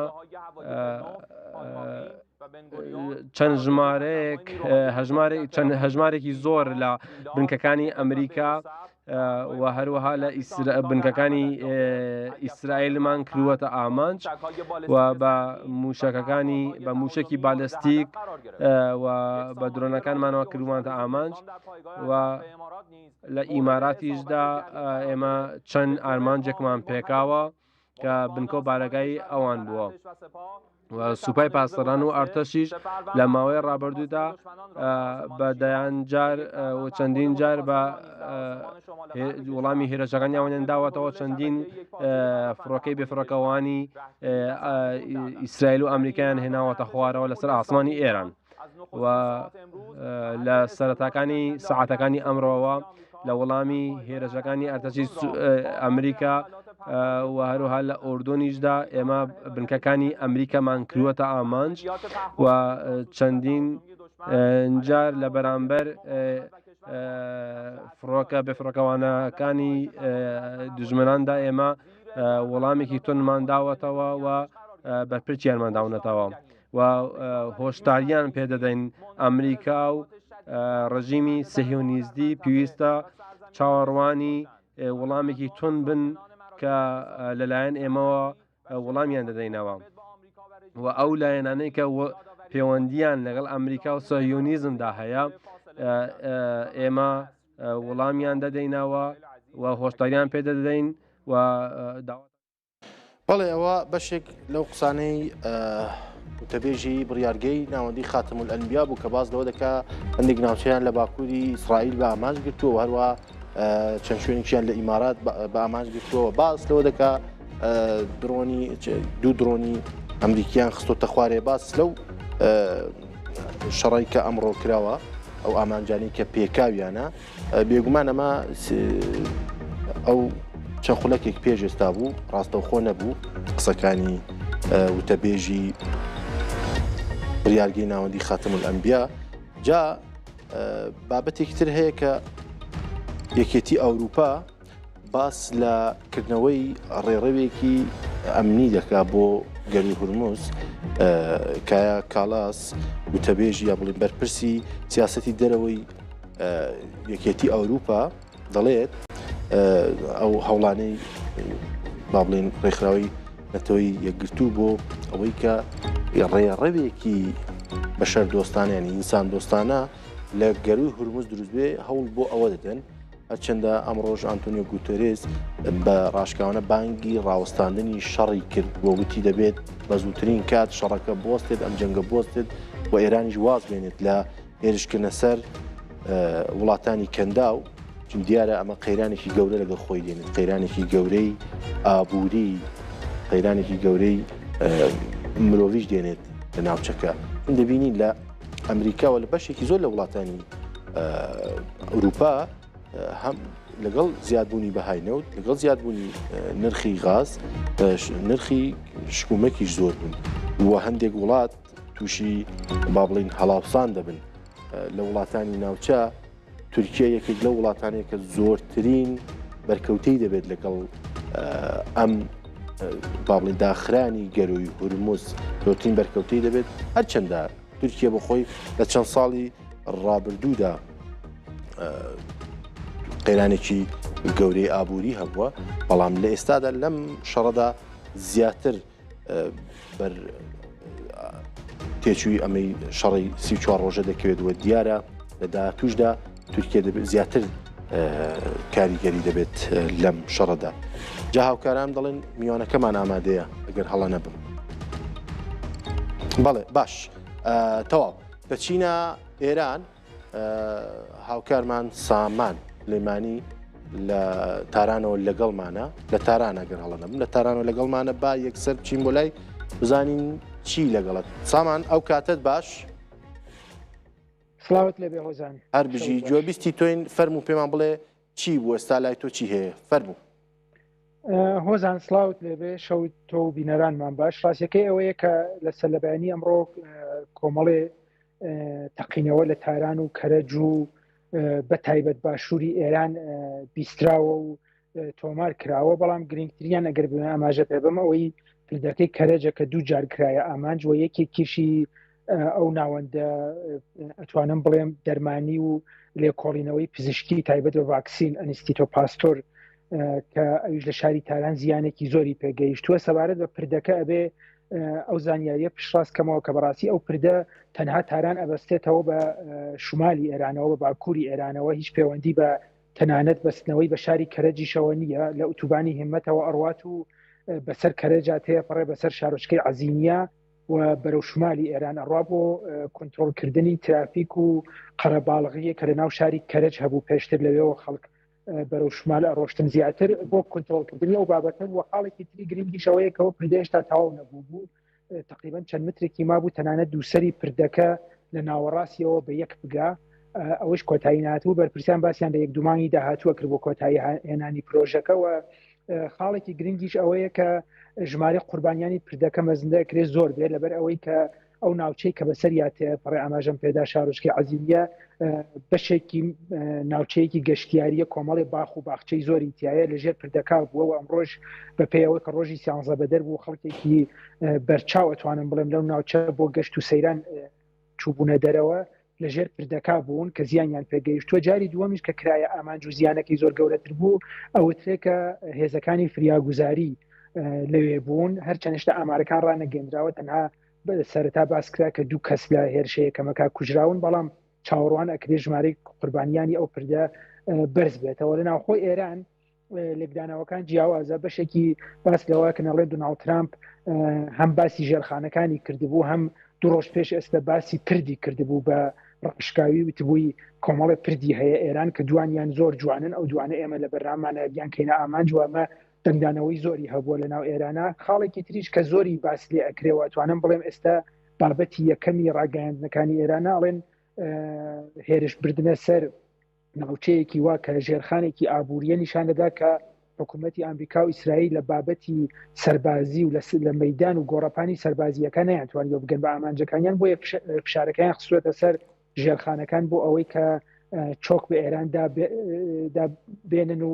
بیاوێت لەسەر مێزی دانوستان و امتیازانی کە ئەوان ئەیانوێ ئێران بیداوە لە هەمان کاتیشدا کۆمەڵی هەڕەشە هەیە لە ڕاگەیاندنەکانی ئێرانە لەسەر ئەوەی کە ئەڵێن ئەگەر بێت و وەڵامی ئەو ڕووداوانەی ئەمڕۆ هەم ناوەندە پزیشکیەکان و هەم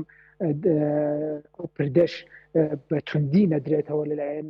سوپای پاسدارانەوە ئەگەری هەیە بەرپرسانی ئەمریکایی بە پلەی یەکەم کۆمەڵی ژێرخانی تر لە ڕۆژانی داهاتوە بکەنە ئامانج و ئەمە توانێت زیانێکی گەورە بگەێنێ بۆیە تەنانەت باس لە کۆمەڵێ بۆ نمونە پرد لە ناوچەکە و تەنانەت لە ئیسرائیل و ئەوانە کرێوەکو نموناڵێ نەمانە توانێت ئەو ئامانجە نەبن کە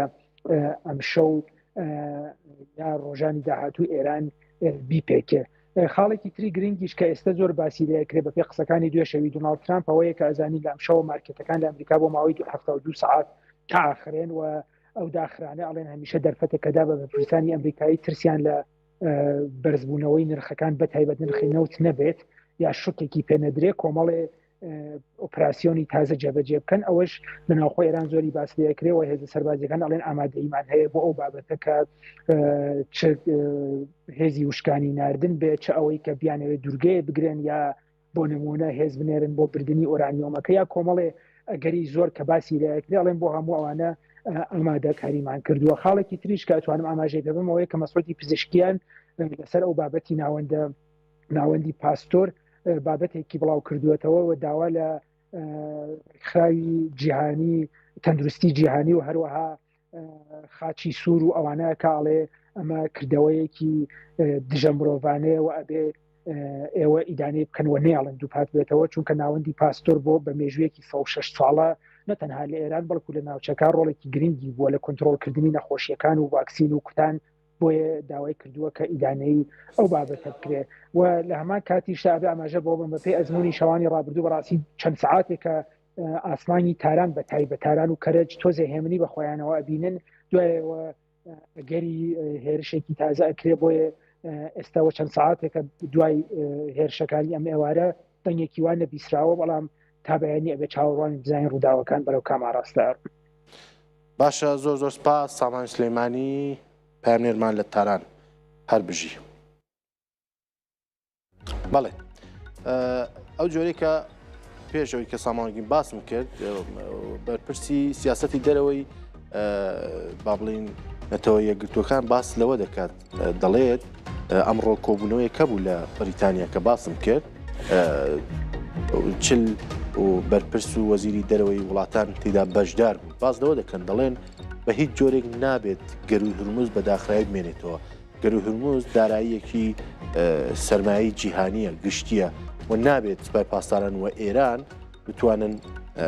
هەڕەشەی لەسەر بکەن و دایخن چون دنیاش ناتوانێت جارێکی تر گەرویەکی ئاوا گرنگ لەدەست بدات و ببێتە قوربانی شەڕ. ئەو جۆرێکە سامانیش باسی کرد ترامپ پێشتر باسی لە شوێنە گرنگە ئابوووریەکانی ئێران کرده بوو دابێت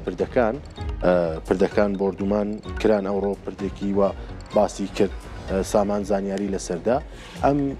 دیمەنانش کە ئێستا لەسەر شاشەی کورسات نێو دەیبینن هەر دیمەنەکانی تل ئەبیبن دیمەنی تازە بێت لەسەر شاشە بێگومان چرکە بە چرکە ئێمە ڕای دەگەێنین.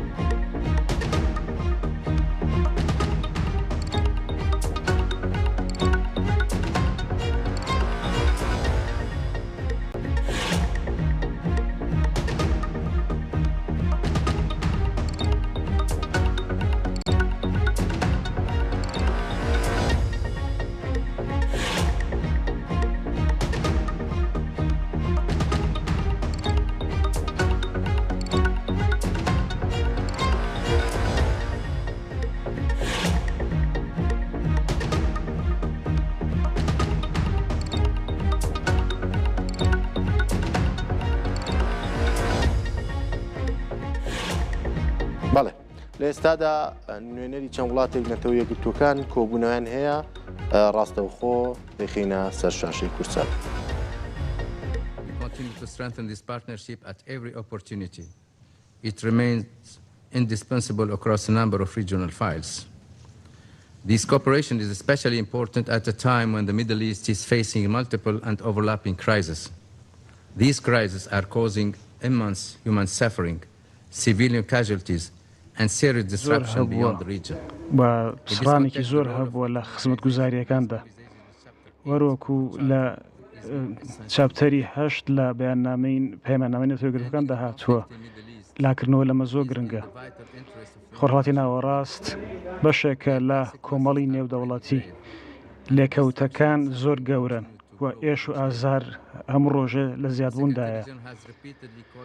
سکتێری گشتی نەتەوەیەکگرتوەکان بەردەوام داوای وەستانی جەنگی کردو هەروەها داوای لایەنەکان کردووە کە پابەند بن بە یاسای نێودەوڵەتیەوە کە کاریگەری بۆ سەر هەمووان هەیە بە تایبەت وڵاتانی ناوچەکە. بە بەرچاوگرتنی ئەمە سکتێری گشتی نەتەوەیەکگرتوەکان نێردەی تایبەتی خۆی ناردووە بۆ ئەوەی کە هەڵسەنگاندن بۆ بارودۆخەکە بکات. من دڵنیام کە کۆمکاری عەرەبی بەشێک ئەبێت لە هەوڵەکان بۆ چارەسەر هەوڵەکانیان گرنگە بۆ بەرقەراکردنی ئاشتی لە ناوچەکەدا لە پێناو خەڵک و بۆ هەموو جیهان. جەنابی سەرۆک، لە ناوچە داگیرکراوەکانی فەڵەستین ئەولەویەتەکان دیارن و ئەویش بریتە لە بەرداوامیدان بە ئاگربەست بۆ ئەوەی کە بەڕۆپێشچوونێکی زیاتر هەبێت. سەقامگیری و بژانەوە زۆر گرنگە و بێت ئاسۆیەک هەبێت بۆ چارەسەری هەمیشەیی. ئێمە پشگیری هەموو هەوڵەکان ئەکەین بۆ لە پێناو چارەسەرێکی هەمیشەیی. پێویستە هاریکاریەکی بەردەوام هەبێت لە نێوان نەتەوەیەگرتوەکان و کۆمکاری عەرەبی لە پێناو هەم بۆ بژانەوەی غەزە و هەم بۆ ئەوەی کە نەتەوەیەگرتوەکان بتوانێت کاری مرۆیی خۆی ئەنجامدا و پارێزگاری لە خەڵک بکات. باردۆخی لوبنان بە هەمان شێوە زۆر خراپە. گرژەکان لە زیادبووندان، لەوانەش لە ئاستی تایەفیدا و فەرمانەکانی ئیسرائیل بۆ چۆڵکردن بەردەوامە. ئێمە ستایشی هەوڵەکانی کۆمکاری عەرەبی دەکەین لە لوبنان و بانگەوازی لە پێناو بەجێگەیاندنی یاسای 1701 و پێویستە ئەمە هەموو ناوچەکانی لوبنان بگرێتەوە. ئێمە سوپاسگوزاری هەوڵەکانی کۆمکاری عەرەبین بۆ ئەو هەوڵانەی کە خستوێتە گەڕ. لە سووریا بە هەمان شێوە نەتەوەیەگرتووەکان بەردەوامە کە پەیوەندی لەگەڵ ئەندامانی کۆمکاردا بەرقەرار بکات لە پێناو بڕەودان بەوەی کە حکوومەتی ئینتیقالی سووریا بگوازێتەوە بۆ حکوومەتێکی جێگیر. بێگومان ئەم لانەی کە لە ئارادان لاوازێکی زیاتر دروست دەکەن ناوچەکەدا. ئێمە ڕۆڵەکانمان بەرەو پێش ئەبین لە پێناو بەشداریشی کارادا. بە هەمان شێوە پێشوازی لە هەوڵەکانی کۆمکاری عەرەبی دەکەن لە پێناو تەقەڵاکانیدا بۆ سوودان. هاریکاری تون و تۆڵ زۆر گرنگە بۆ مخاتەبەکردنی و زامنکردنی ئاشتی و لە پرۆسەی سیاسیدا بۆ ئەو سوکردنی تەحەداکان لە سۆماڵ پێویستە هەوڵەکان بەردەوام بن لە پێناو گفتوگۆ لەگەڵ هەموو ئەندامانی فیدراڵ و ئۆپۆزیسیۆندا. ئەمە زۆر گرنگ بۆ گەیشتن بە چارەسەرێکی گرنگ. ئەم تەقەلا پێویستی بە هەوڵی سیاسی و دیپلۆماسی هەیە و پێویستی بە هاریکاریی ناوچەیی و نێودەوڵەتی هەیە، لەوانەش لە ڕێگەی هەوڵی هاوبەشی نەتەوەیەگرتووەکان و پشگیری نەتەوەیەگرتووەکان. ئەمە زۆر جەوهەریە بۆ ئەوەی کە سۆماڵیا پارێزراو بێت و سەقامگیریەکەی هەمیشەیی بێت. جەنابی سەرۆک، نەتەوەیەگرتووەکان پێویستی بە هاریگەریشی تون و تۆڵ هەیە لە چاو هەموو کاتێکی تر. پێویستە هەوڵە سیاسیەکان دیپلۆماسیەکان بەردەوام بن و لە پێناو کاردانەوەی خزمەتگوزاری زیاتر بۆ خەڵک. پێویستە ئێمە بەردەوام لە هاریکاری بەردەوام دابین و دەرفەت بدۆزینەوە بۆ گفتوگۆ لەسەر ئاشتی و سەقامگیری و جەخت لە ئەجێندا بکەینەوە لە پێناو پارێزگاری لە مناڵانیش. بەپێی بەیاننامەی جنێڤی نەتەوەیەگرتووەکان دیدارێک زۆر گرنگە کە هەموو بوارەکان بگرێتەوە و یارمەتی و کۆمەک زامن بکرێت لە هەموو بوارەکاندا و چاودێری کێشە سیاسەکان بکرێت و دەرفەتی تازە بڕەخسێنرێت بۆ بەهێزکردنی هەوڵ هاوبەشەکانمان. ئێمە چاوەڕێین کەم شەراکەتە لە ساڵای داهاتوودا قوڵ بکەینەوە لە خزمەتی ناوچە عەرەبیەکان. زۆر سپاس جەنابی سەرۆک. زۆر سپاس بەسەر خەیاری بۆ لێدوانەکەی. ئێستا دەرفەت دەدەم بەڕێز ئەحمەد ئەبوڵغەیت.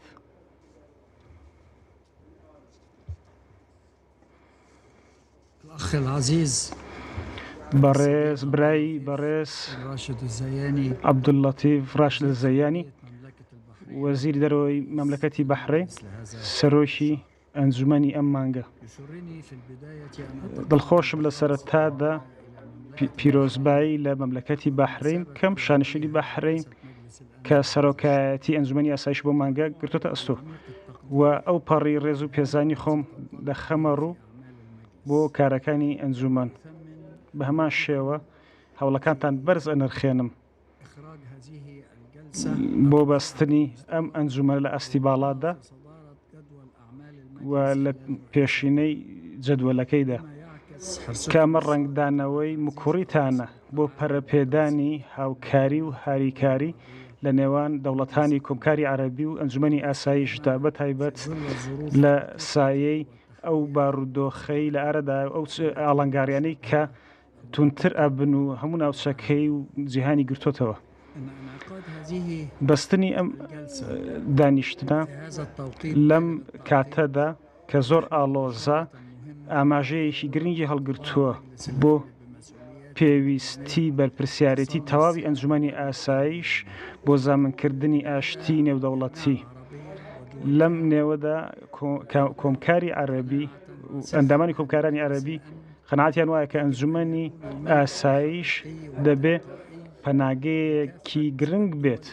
بۆ هەموو ئەو دەوڵەتانەی ڕوبەڕووی دەستدرێژی دوژمنکاریە هەڕەشەی سەر ئاسایش و سەروەریەکان دەبنەوە لە هەر لایەنێکەوە بێت و بۆ ئەم ئەنجومەنە سەلاحیەتی تەواو و هێزی تەواوی هەیە بۆ ئاساییکردنەوەی بارودۆخ و بەرپەرزدانەوەی دەستدرێژیەکان بۆ پارێزگاری لە سەروەری و ئاسایشەکەی لەوانەش پەرەپێدانی ئاشتی و سەقامگیری و ئاسایش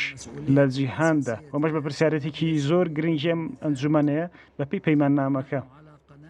و ئێمە باوەڕمان وایە کە پەرەپێدانی هاریکاری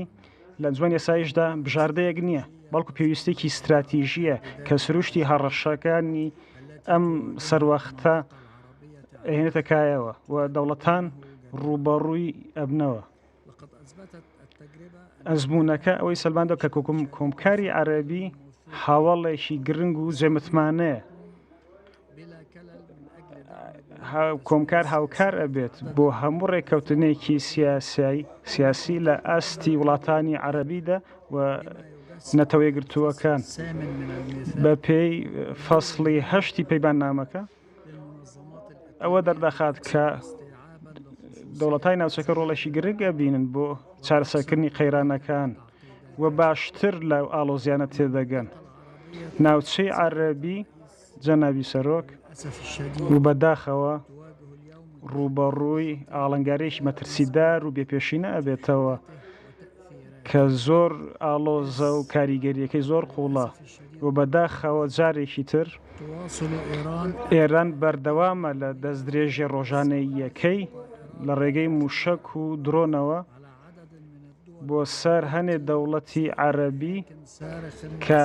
ئاماژەیە بە پێشەلکاریەکی بەرچاو و ئاشکرای یاسای نێودەوڵەتیە و یاسای مرۆیی بۆ پەیماننامەی نەتەوەی گرتووەکان. کۆمکاری دەوڵەتانی عەرەبی جارێکی تر ئیدانەکردنی خۆی بەو پەڕیتونیەوە دووپات دەکاتەوە. ئەو دەستدرێژیان بانقەستانەی و نادەپەروەرەی ئێران بۆ سەر هەر دەوڵەتێکی کەندا و شانشینی ئوردونی و کۆماری عێراقیش. ئەم دەستدرێژیانە بانقەست بووە و نایاسایی بووە و ناوچە مەدەنیەکان و ژێرخانی مەدەنی کردوتە ئامانج لەوانەش فڕۆکەخانەکان بەندەرەکان هۆتێلەکان و دامەزراوەکانی وزە و پیشسازیەکان و خزمەتگوزاریەکانی خۆراک و پێگە خزمەتگوزاریەکان و ناوچەی دانیشتوان و بارەگە دیپلۆماسیەکان و کونسڵخانەکان کە بووەتە هۆی ئەوەی کە خەڵکانی گیان لە دەست بدەن و لێکەوتەیەکی خراپی لێکەوتۆتۆلانە ژێرانکاری. ئەم دەستدرێژە ئێرانیانە ناکرێ قبوڵ بکرێت و هیچ پاساوێکی بۆ بمێرێتەوە لە ژێر هیچ پاساوێکدا ناکرێت ئەمە قبوڵ بکرێت یا پاساوی بۆ بێنرێتەوە لە ژێر هیچ بەڵگەیەک و لە ژێر هیچ پاساوێکدا بە تایبەت کە دەوڵەتانی عەرەبی پارێزگاریان کردو لە سیاسەتی گفتوگۆ و شەڕیان لە دژی ئێران ڕەت کردوتەوە و ئەویان ڕەت کردو خاکان بەکار بهێنرێت ئاسمانەکان بەکار بهێنرێت وەکو شوێنی هێرشکردنە سەر ئێران. ئێمە ستایشی هەموو هەوڵەکانەکەین بۆ وەستاندنی دەستبەجەی جەنگ و دەستدرێژەکانی ئێران و جەخت دەکەینەوە لەسەر لە بەردەم ئەنجومەنەکەتاندا کە بەردەوامی ئەم هێرشانە پێشلکارێکی بەردەوامی یاسای نێودەوڵەتیە و ئەم یاسایە نێودەوڵەتیە جەخت دەکاتەوە لەوەی کە بەرپرسیارەتی ئەنجومەنی یاسایشە کە ڕێو شوێن بگرێتە بەر و ئێران پابەند دەکات بەوەی کە دەست بەجێ بەبێ هیچ مەرجێک هێرشەکانی بوەستێنێت. بەڵێ بینەران ئەوەی کە ئێستا گوێبیستی بوون کۆبوونەوەی ئەنجومەنی یاسایشی نێودەوڵەتی لە نەتۆ یەکگرتووەکان و باس لە گرنگی کرانەوەی گەروی هورموز و هەروەها ئاگربەستێکی بەپەلەی کۆتایی شەڕی ئێران لەگەڵ ئەمریکا و ئیسرائیل بوو. جا ئێستا میوانێکمان لەگەڵا زۆرتر شۆبوو گفتوگۆ دەکەین لەسەر ئەم بابەتانە بەڕێز شاهینی مدەڕز پسپۆری ئاسایشی نێودەوڵەتی لە ئیتالیا و لەگەڵمانە. کاک شاهین سڵاو ڕێز سپاس بۆ دەرفەتە. کاکان سڵاو ڕێزە هەم لە ئیتالیا و بۆم چوار پارچەی کوردستان و ئیران زۆر سوپاس لە وایرتێنەدان. هەر بژی پرسیاری یەکەم دەمەوێت بەوە دەست پێ بکەم 34 ڕۆژ تێپەڕ دەبێت 34مین ڕۆژی شەڕی ئێران لەگەڵ ئەمریکا و ئیسرائیلە بەتایبەت ئەمڕۆ هێرشەکان زۆر زیاتر بوون بۆ پردێکیش لە عەزیمیەی کەرەج ئێوە قسەکانی دۆناڵد ترامپیش باس لەوە دەکەن کە ئێران ئەگەر تەسلیم نەبێت دەگەڕێتەوە بۆ عەسری حەجەر. ئێوە چۆن ئەرزیابی و هەڵسەنگاندنی قسەکانی دۆناڵد ترامپ و 34مین ڕۆژی شەڕی ئێران ئەمریکا و ئیسرائیل دەکەن؟ زانن یه واقعیتی که وجود داره یا سیاست کماره اسلامی خوازی و هر شکلی که بیا گان سالم و در بوی لی شرایطی که لی کفتیه ولی واقعیت مسئله است که هیرشه امریکا و اسرائیل و سر کمار اسلامی و یه هیرش مداومیه یعنی قطعی نکن و سر ای مسئله اری من خاص بینیم یه تغییری لروشالات نوفین کفتیه او تغییرش است که بعضی هیرشه جنایتکارانه 7 اکتبر لاسرائیل و ایمن دوشار یه چتی بیم که لنا علوم سیاسی و ایشن زانستگان سیاسی و ایشن پارادایم شیفت یعنی یه تغییر او چوارچوب کلی سیاست گذاری و سیاست مناری لمنطقه روشالات نوفین ایمن خاص بینیم ل 47 سال ولیه کماره اسلامی و ایران هاتیه لهر ولاتی که پانیاین او ولاتا لبین بردینه ایوان تمشا بکن لوازیاتی که لعراق ایجاد کردن لسوریه ایجاد کردن لباشور کردستان ایجاد کردن روازیاتی که ناو لبنان ناو یمن ناو خود اسرائیل ناو او نوارکه غزه یعنی کماری اسلامی یه جیانی دست اقل کن سه نسل خلق روشالات نوفین لبین وردیه و غیری هر مسئله اسرائیلی سن نتونیه تاور کماری اسلامی یه همجینین و یه هم مسالمت آمیز و یه شکلی بتونن واری یکتری لیه منطقه بون و غیری هر مسئله او چیزی که دینیم ایست که ایسا سیاست که امریکایان ایست که بیان کماره اسلامی او دینانان نیشی بکیشن یعنی اجازه ایوی نن که بتونن ادامه بنوی رفتاری یا تهاجمی لمنطقه روشالات نوفین و تجی که تونن کماره اسلامی ضعیفیو بکن بلم سیاست که اسرائیلیان لی مسئله متفاوت بود نقاط هم پوشیانی تەنگیان هەیە لە بینە سیاست ئیسرائیل و سیاست ئەمریکا و سەر مەسەڵەی کومارە ئیسلامی بەڵام ئیسرائیل لە شینە ڕژیم چێنجە ئیسرائیل خوازی کومارەی ئیسلامی بکەفی و گۆزینەی ئیدئالی بۆ ئیسرائیل ئایاست کە یەی ڕژیمەتە کە لە نەزەر فاشیستی وە کومارەی ئیسلامینەوە بۆ خازینە و ئیران حاکم بوو یا ئەی کە ئیران تبدیل بوو و یەی کۆمپلیت فیل ستیت یعنی بوو یەی دەوڵەت کامڵان لە یەکتری دارەزیا و فروپاشیە. بەڵێ بە بەردەوامی دۆناڵد ترامپ باسیەوە دەکات ینی ئەگەر ئێران تەسلیم نەبێت هێرشی زەمینی ئەگەری هێرشی زەمینیش هەیە بەڵام لە بەرامبەردا ئێرانیش بە بەردەوامی دەڵێ ئێمە مقاومەت دەکەین ئێمە تەسلیم نابین هەر دەستێک بێتە سەر وڵاتی ئێمە دەیشکێنین بەڕای ئێوە لە دوای ئیتر ئەم 34 ڕۆژە ینی چ سناریۆیەک پێشبینی دەکرێت بۆ داهاتووی ئێران و بەتایبەت ناوچەکەش؟ واقعیەتی کە وجودیری هەیەست کە کومارەی ئیسلامی لە تقریباً 30 ساڵەوە لەیە شروع کردن مویەی سیاسەتی ڕایە کە بتوانن ئەو دەستگاه ئەساب مرکزیەکە لە ناو سیستەمی کومارە ئیسلامی حەسفی بکەن وایە کارەش کردیان ڕای کە ئێستا و چێتی کە لە کومارەی ئیسلامی مینایە یەی سیستەمیکە کە یەی مەغزنەیری یعنی سەرکۆتانین و لە بینبردنە خامنەییش یەکێتی بی کە نەتونست کومارەی ئیسلامی لە یەکتری دارزنی لە ناوە بە ئیستا ئەی شەرایەتی کە ئیجاد بیا ئامریکاییان زانن ڕای کە بتونن وەر کومارەی ئیسلامی ڕوبەڕوو بوون لێ شەرایەتی کە یەی سیستەمە یەکگرتووی دارهەمتەنیدەی سیاسی ئیجاد کردیان تێینا ڕایە یاست تێینا ڕیەی کە ئیسلامینایە ئەست کە بۆ خازن ئەو ڕاوێشیالی کە کومارەی ئیسلامی وەسەریان دیری تەئمینە مالی ئەنجام دەی یعنی فروشە نەفتەکە ئەوە بۆ خازن قاتی بکەن ڕای قەتکردنە ئەم مەسەڵەگە گۆزینەیە لە مەحدودی لەوار ئەمریکاییان هەیە یەکی لەو گۆزینەکان هەیەست کە بۆ خازن خارک جەزیرەکەی خارک لە جنوب ئیران و ئشغال بکەن ئەیە گۆزینەیەکە کە احتمالی هەیە احتمال تریش ئەیە بی کە بۆ خازن خارک و کل لەبین بوان یعنی ئەو تەمام و تەسیسات و زیرساختان نفتی لە منطقەی خارک لە بین بووان ئەهەمیەتە خارک بەسەر ئەیەست کە 85 تا 90% نفتی ئیران کومارە ئیسلامی دیری لە تاریخ خارک و سادرکەی و هەرە اتفاقە بکەفی کومارەی ئیسلامی وەزانوو دەرچی ڕایکە تا توانایی نورای کە بتونن مانۆڤر بان ڕای کە بتونن ئیحیا بکەن ئەم بەرنامەکان هەستەیی و بەرنامەی موشەکی و بەرنامەکەی گروهەکان نیابەتی و سەرەی مەسەڵەکە هیرەشەی زەمینی تۆنی لە سەمت جنوب ئیران و ئاغاز بوو لە جەزیرەی خارگ و ئاغاز بوو ڕایکە لە جەزیرەی خارگ ئەو زەنجیرەی تامینە مالی کومارەی ئیسلامی برن لە سەمتە تریش ئەر جەزیرەی خارگ برن ئەیە مستەلزەمی یە مەسەڵەی تریش هەی کە بۆ خازن یەکێتی ناو منتەقە ناو ئیران ایجاد بکەن و ناو بافر زۆن یعنی ئەو منتەقەکەی حائل ڕایکە کومارەی ئیسلامی ناتوانێت هیرش بۆی و سربازەکان ئەمریکایی ناو جەزیرەی خارگ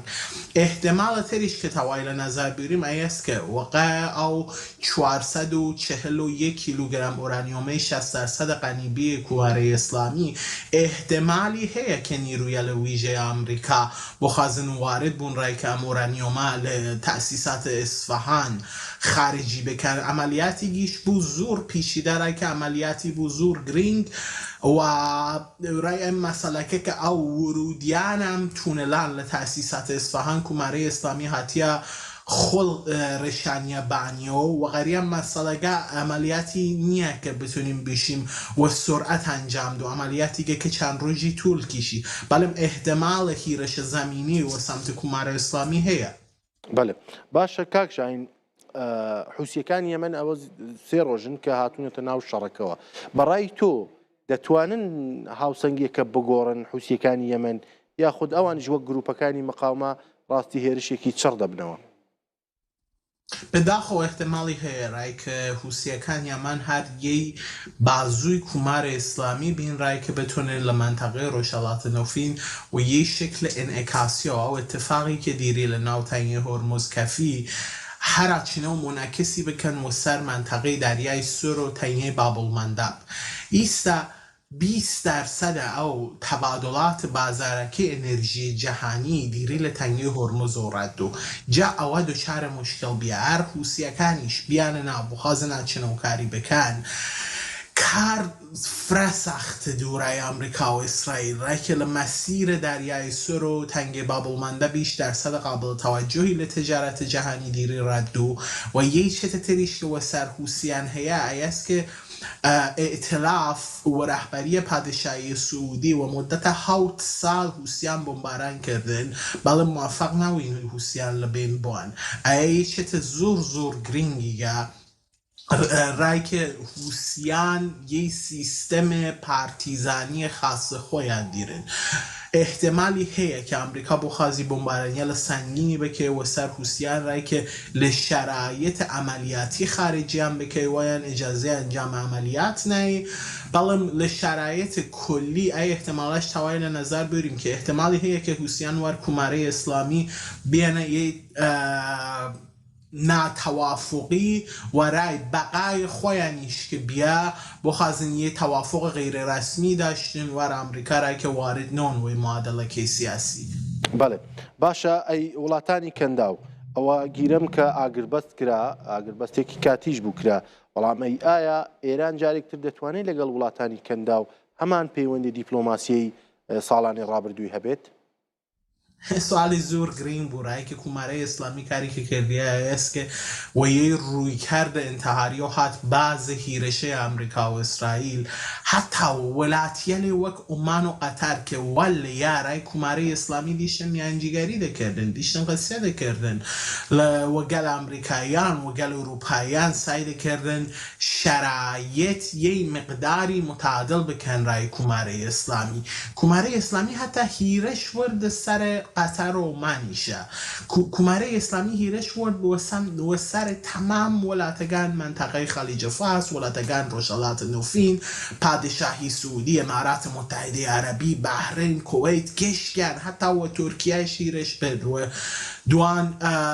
پایگای نظامی ناو تورکیای هیرەش بێت هەمامان مدەتە بزانن لە باشوورە کوردستان چەندانە پیشمەرگە شەهید کردیانایانە تەمام هەمەڵاتی کە و باشوور کردن حمله‌ای که و مال نچیروان بارزانی چند روز ولیه انجام دادن کوماره اسلامی یه روی کرده انتحاری آخر و زمانی را خوی یرتیه که ام روی کرده که هر اجازه بقا تا و کوماره اسلامی نیه رای که کوماره اسلامی آریش بمینی اتا نیتونی او دیپلماسی منطقه‌ای لروشالات نوفین برقرار بکی تبدیل دوه کشور کاملا منزوی و یه فرمی لیه کره شمالی جدید بله باش ای بابەتی ناتۆ چون هەندێک گرنگی بۆ بابەتە بدەین چون دۆناڵد ترامپ لە قسەکانی ڕۆژی ڕابردووشی زۆر ناڕازی بوو لە بەرامبەر ناتۆ بەڕای ئێوە داهاتووی ئەمریکا دۆناڵد ترامپ لەگەڵ ناتۆ بە تایبەت لەم شەڕەدا و لە دوای ئەو شەڕە چۆن دەبێت؟ شرایط ناتو شرایط کمی چتیگه کمی پیشیده گرایی که ایستا اتفاقی که دیری کفیه است که وڵاتان ئەوروپایی اتحادیە ئەوروپا زۆر تەرسیان بووە سەر یەی مەسەڵەی ئەوەش ئێست کە ئەم هیرەشەی ئەمریکا و ئیسرائیل و سەر کومارە ئیسلامی و ئاری من لە دانەزات بێرین کە ئیران کەشوەریگە کە 85 ملیۆن کەس خەڵک دیری ئەی هیرەشە تۆنی یەی مۆجیە لە گستەردەی لە پەناهجویان و لە ئاوارەگان ایجاد بکەی کەمانە ئەوەلین مەقسەدی کەیان ئەمریکا و ئەمریکای شمالی نییە ئەوەلین مقصدی که اتحادیه اروپا و کشوریه لعضو اتحادیه اروپا هین رای ای مسئله که اروپاییان نگرانی یا بویه چه تریش که نگرانیان که وضعیت لبازار انرژی بازار جهانی انرژی رای که ای شوکی که کوماره اسلامی وارد که و سر بازار جهانی انرژی یه شوکی که تونی رای اروپاییان رای او جیان روزمره اروپایی زور سخت بو مشکل ساز بو رایان و یه مسئله تریش ایستهیه اوش است که مادامی که ام هیرشه و ای رفتاران کوماره اسلامی لجریانن قیمتکی نفت و شکل تصاعدی چیه بان ام قسیانی که وقتی مثال پرزیدنت ترامپ کرد که باعث بی که شاخصیت اقتصادی رشد بکن، باعث بی که قیمت نفت بیای خوار، بلام ایه چت مقطعی ایمن بخازیم و شکل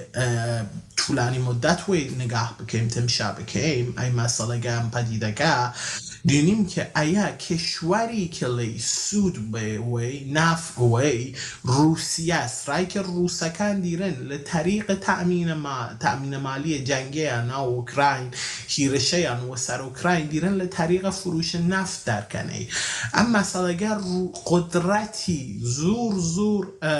گرینگ دی و روسیه و سر مسئله که هیرشی نه اوکراین و سر این مسئله که بخوازی بخشیل بیشتری لو فضای اقلیمی اوکراین اشغال بکی ایا فشار آسایشی و نظامیش دنی و بان ولاتان اروپایی و بان جبهه ناتو و او چتی که پرزیدنت ترامپ دیریشی ایست که ایستا مسئله و مسئولیت که او کردنه تنگه هرمز که یه آوراه بین المللی که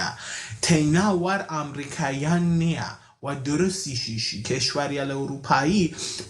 و داخو یه روی کردی که دیرن ایست که تا زمانی که او چقوه نی و سقان خویان میخوازن بفهمن که چه اتفاقی دیری کسی. بله باشا کاکشاین پرسیاری کۆتایی دۆناڵد ترامپ بەبەردەوامی دەڵێت 2 تا 3 هەفتەی تر کۆتایی بەم شەڕە دێنین و ئێران بەجێ دێڵین. بەڕای تۆ ئایا ئەم سێناریۆی پێکانە یان شەڕەکە درێژتر دەبێت؟ و نظر من زمان کات بیشتری ویه مسئله گرایی که خواستم شبکه یه احتمالی بی لأوایل جنگ و ایانه دیاتن روشالات تبدیل کردن و یه دروازه رای آزادی امکانی بی که این مسئله بتونی سریع تجمع بلام ایستا واقعیتی که وجودیری است که و ناولاتی و گستردگی ایران و مسئله رژیم چنج لدو هفته ته امکانی نیه بلام او چتی که امکانی هیا بداخل است که ترامپ و خزیوار بشی جاری لکوماره اسلامی که یعنی عملگراترین و یه موافقتی به او چتی که اتفاق کفی است که من یه کومار اسلامی و نسخه دوم دینی من اتفاقی که امکانی هیا است عملیات مردمی نو بلم عملیات مردمی بتونی لی مدت لی 2 هفتگه و همراه کمک خارجی و هیرش زمینی و سرموازه کومار اسلامی بخی او زمان امکانی هیا که بتونیم لیه آینده دموکراتیک و ایران و رای روشالات نوفین قصیت کنیم. بله زور سپاس برای شاهین درس پسپۆری یاسایشی نێودەوڵەتی لە ڕۆماوە لەگەڵمان گەلێک سپاس. بەڵێ بابەتێک کە لە دەستپێکەوە باسم کرد ئەوەی کە شەڕ لە ڕۆژهەڵاتی ناوەڕاست بۆ تا چەرمەچۆلەکەیەکی گەورە بۆ ژیانی ئێمە بەڕاست. ئێستا واڵێکەیە دەمێ باسی بکەم کە ئایا ئەم شەڕە تەنیا لەگەڵ ئێرانە یان نا و ئامانجەکانی ئەم شەڕە چییە؟ لێرەدا باسیەوە دەکەین ئەگەر ئەمریکا هێرشێکی زەمینی بکاتە سەر ئێران کە ڕۆژهەڵاتی کوردستانیش بەشێکە لە ئێران چی ڕوودەدا؟ یەکێک لەو خاڵانە کە ڕوودەدا شەڕی ڕوبەڕوو بەرەی جیاوازە ینی ئەمریکا و ئیسرائیل مەجبورن وەک هێزێکی سەربازی زەمینی ڕوبەڕووی سوپای ئێران ببنەوە و بەرەی جیاواز دەکرێتەوە لە ناوخۆی هەموو ئێراندا بەرەی جیاواز لە ڕۆژهەڵات تا ڕۆژاوای ئێران لە باکوور تا باشووری ئێران بەرەی زۆر جیاواز دەکرێنەوە. یەکێک لە لێکەوتەکانی ئەوەیە بەشێکی تری ئەوەیە کە ئەگەر ئەمریکا هێرشی زەمینی بکات زیادبوونی گرژی و ئاڵۆزیەکانی لە ناوخۆی ئێران و ناوچەکەیە بەتایبەت ئەگەر باسی ناوخۆی ئێران بکەین ومنە لە ئێران پێکاتی زۆرمان هەیە ئێمە کوردمان هەیە کورد وەک نەتەو تورکمان هەیە ئێمە عەرەبمان هەیە ئێمە تورکمانمان هەیە ئازەریمان هەیە گیلەکی بەلوچ ئەمانەمان هەیە و ڕەنگاوڕێگی ئاینی جیاوازیشمان هەیە هەم شیعەمان هەیە هەم سونیمان هەیە هەم یارسانمان هەیە ئەمانش دەبنە هۆی ئەوەی کە تا ڕادەیەک هەندێک ئەگەر کەمیش بێ بەڵام ناکۆکی لە ناوخۆی ئەم نەتەوانە ئەو پێکاتانە دروست بێت چون بەشێک لەو پێکاتانە لە 50 ساڵ یا بڵێن لە 100 ساڵی مێژووی ڕابردووی ئێراندا هەندێک ململانەیان هەبووە و بەشێکی تری بێجگە لە ناوخێران بابەتی ناوچەییە، ینی بابەتی گەهری گرنگە ئەوەی کە تەنیا ئەم شەڕی ئێران بە ئێران و نابەسرێت، هەموو ناوچەکە دەخاتە ژێر کاریگەری خۆی. جا دواتر باسی دەکەین بەشێک تریشی بەرزبوونەوەی ئاستی دندوتیژیەکانە، بۆردومانەکان زیاتر دەبن. هەر لەم بۆردومانی ئێستای کە چەند سعات پێش ئێستا لە کەرەچ کرا زیاتر لە 95 کەس بریندار بوون، 8 کەس کوژراون. ئەمانە هەمووی بەشێکی بەڵێ بەشێکی کوژاوی سەربازی هەن، بەشێکی لەگەڵ ئەوانش هاوڵاتیانی مەدەنیش دەبنە قوربانی و کەسانی کە نزیکن لەو شوێنانی بۆردومان دەکرێن. مەژێکێک لە مەترسیەکانە. بابەتێکی تر ئاوارەبوون و زیادبوونی قوربانیانی مەدەنیە کە لەگەڵ ئەوە پێوەستن پێکەوە لە شوێنێک کە شەڕ زیاد بێت، شەڕ هەبێت بێگومان هاوڵاتیانی مەدەنیش دەبنە قوربانی. هەروەها داڕمانی ژێرخانی ئابووری ئێرانە. ئەمە یەکێک لە گەورەترین لەگەوتەکانە بۆ ئێران دەتوانێت بژاردەیەکی سەرەکی ئەمریکا و ئیسرائیلە وردە و دەخەریکن پێکی دێنن. و بابەتێکی زۆر مەترسیداری تر ئەگەری ڕوودانی کۆمەڵکوژیە. ئەگەری ڕوودانی کۆمەڵکوژی چۆن؟ ئەوەی کە ئەمریکا لە شوێنێک بدات کە خەڵکێکی زۆری پێوە بکوژە بڵێ بەڵێ سوپای پاسدارانی تێدا بوو، بەڵام هاوڵاتیانی مەدەنی ببنە قوربانی. و بە پێچەوانەکەشی با بڵین کۆماری ئیسلامی ئێرانیش بۆردومان بکە بۆ ناو هاوڵاتیانی سیویل بڵێ ئەمانە سەر بە ئەمریکان و سەر بە ئیسرائیلن، نیسان هاوڵاتی مەدەنی زیاتر دەبنە قوربانی کۆمەڵکوژی ڕوودەدات. ئەگەر ئەمریکا هێرشی زەمینی نەکات چی ڕوودەدات؟ ئەوەی کە ڕوبەڕووبوونەوەی ڕاستەوخۆی نییە، بەڵام دیسان بەردەوامی بۆردومانەکانە بە ئاماژگرتنی زیاتری ژێرخانی ئابووریە، ئاڵۆچی زیاتری لە ناوچەکە ڕوودەدات. ینی هێرشی زەمینی بکات و نەکات ئەم شەڕە هەر بەردەوام دەبێت، ماڵوێرانی هەر پێوە زیاتر دەبێت. جا من لە واڵی پێشووتر باسیۆم کە گرتنی گەروی هورموز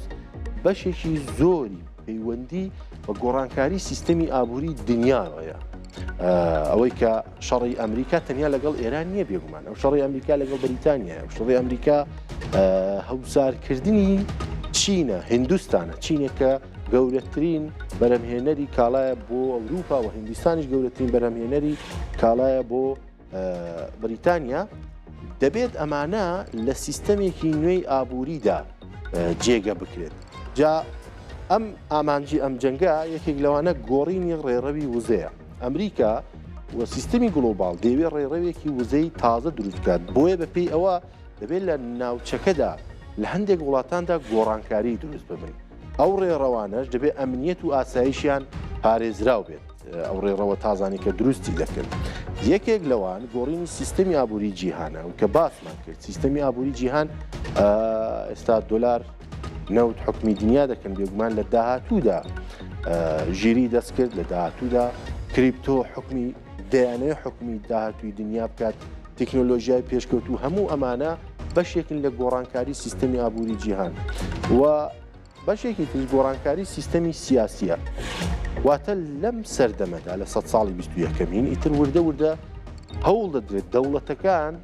ڕۆڵی شارەوانیان هەبێت، ینی دەوڵەتەکان نەتوانن خاوەن بڕیاری زۆر گەورە بن، دەبێت کۆمپانی و شرکەتی زۆر گەورە هەبێت، بەرژەوەندیەکی گەورە هەبێت کە دەوڵەتەکانیش لە ناو ئەواندا بتوانن خزمەتی ئەم سیستەمە بکەن. جا ئەوەی کە تا ئێستا بینیمانە هەر کەسێک، هەر هێزێک، هەر لایەنێک بتوانێت بەپێی وەزیەتەکە، بەپێی بارودۆخەکە باشترین گۆڕانکاری لە خۆیدا دروست بکات، ئەوە دەتوانێت بمێنێت، ئەوە دەتوانێت پێشکەوتوتر بێت و ژیانی هاوڵاتیانی خۆی خۆشتر بکات. بەشێکی زۆر لە وڵاتانی کە لە دنیادا دەیبینین کە هاوتەری بن لەگەڵ سیستەمی ئابووری دنیا و بەرژەوەندیەکانی دنیا، ئەمەش بەتابەت بۆ ئێمەی کوردیش بابەتێکی گرینگە. ئەو سێ بابەتە گرنگی و سەرەکیە بوون کە لە ئامانجی ئەم جەنگەدا باسم کرد. بۆیە دەبێ بمانێ و نەمانێت. شەڕ لە هەر کوێیەک بێ ماڵوێرانکەرە، شەڕ لە هەر کوێیەک بێ ناخۆشە و هیچ کەس لەگەڵ شەڕ نییە. بۆیە هیواداری مەزوودترین کات بە خێر و بەرەکەت و بەخۆشی وڵاتی ئێمەش نەکەوێتە بەر پەلاماری هیچ جۆرە هێرشێک کوردستان هەر چوار پارچەی کوردستان وڵاتێکی ئازاد بێت وڵاتێکی ئاوەدان بێت هەرو جۆرێک ئێستا بەهار هاتووە هیوادارین مزگەێنی خۆشتر بەڕێگاوە بێت بۆ هەموو گەلی کورد و کوردستان بۆ جۆرەش هاتینە کۆتایی ڕووماڵی ئەم شەومان 2 ساعت ڕووماڵمان کرد سبەی شەویش هەمان کاتژمێر هەمان ساعت لەگەڵتان بەردەوام دەبین تا هاودیتنێکی تر شاد بەختەوەر ئازاد بشین.